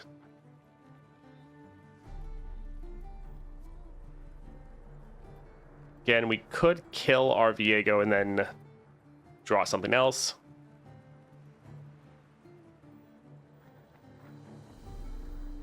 I think let's kill this. That way we get some cost reduction on some of our other units. Although it looks like ad just dropped, so we're gonna pause and wait.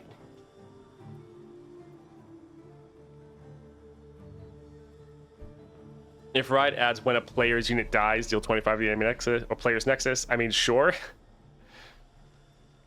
If they made a modifier that you can't play Viego anymore, then yeah, that would suck to be Viego.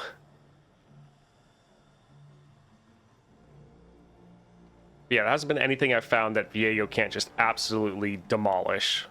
Whereas there are modifiers that do shut down other people's champions.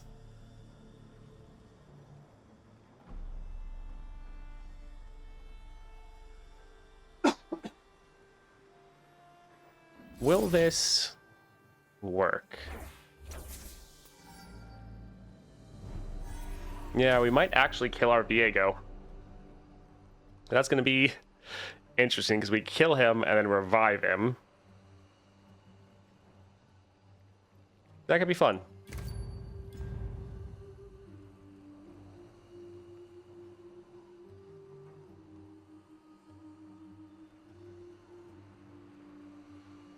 All right, about 10 seconds.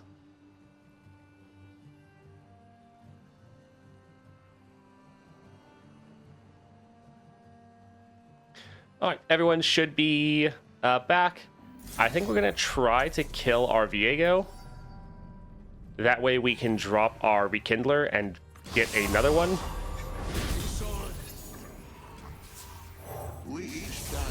Because when we get another one, we can then get some more units.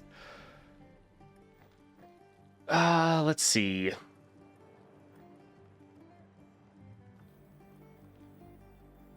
Could play this. Yeah, let's kill that here.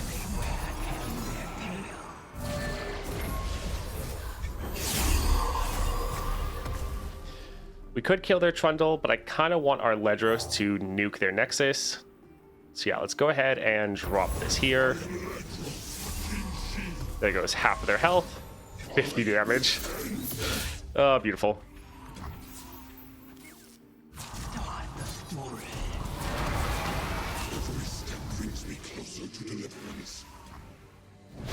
All right, nice. This should just be GG. All will be consumed by the black mist.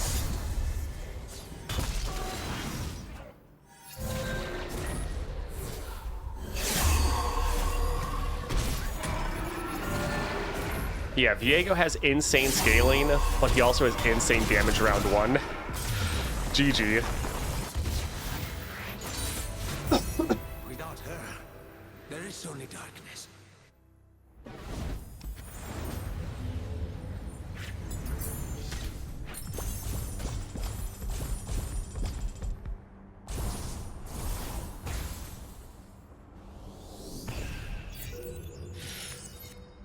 All right, so Viego is still able to absolutely annihilate anything we put in his path. People have been asking me about best champions in the game or about tier lists. Viego is probably an S tier champion. I don't think there's any modifier that really stops him. Many of the other champions, especially with constellations, there's specific situations that they work really well in. For Viego, it kind of doesn't matter. You throw him into just about anything and he is going to absolutely annihilate. So if you're looking for a very strong champion and one that I still have so much fun playing, definitely check out Viego. A lot of fun. Oh boy, minor gemstone. Maybe we get lucky, get like 100. 20, sad. Cage match perfected mana flow? No. Viego scales constantly. Like, he's very, very good with scaling. And then you also have Viego's power where he's just going to steal or kill the enemy units. Them having Mana Soul or Mana Flow and Cage Match isn't going to matter. You're just going to destroy them every single round. Even that's not really going to counter. Like, Viego both outscales and out-tempos, like, anything in the game. You got 150 gems one time. That is nice. All right, I think that's where we will call it for today. We'll still plan on streaming most days this week. There might be a day that I have to take off to do editing for specific video. But in general, most of the time, we're going to be streaming this this week. Thank you all for hanging out for a bit, though. Hope to see you same time next couple days. See ya.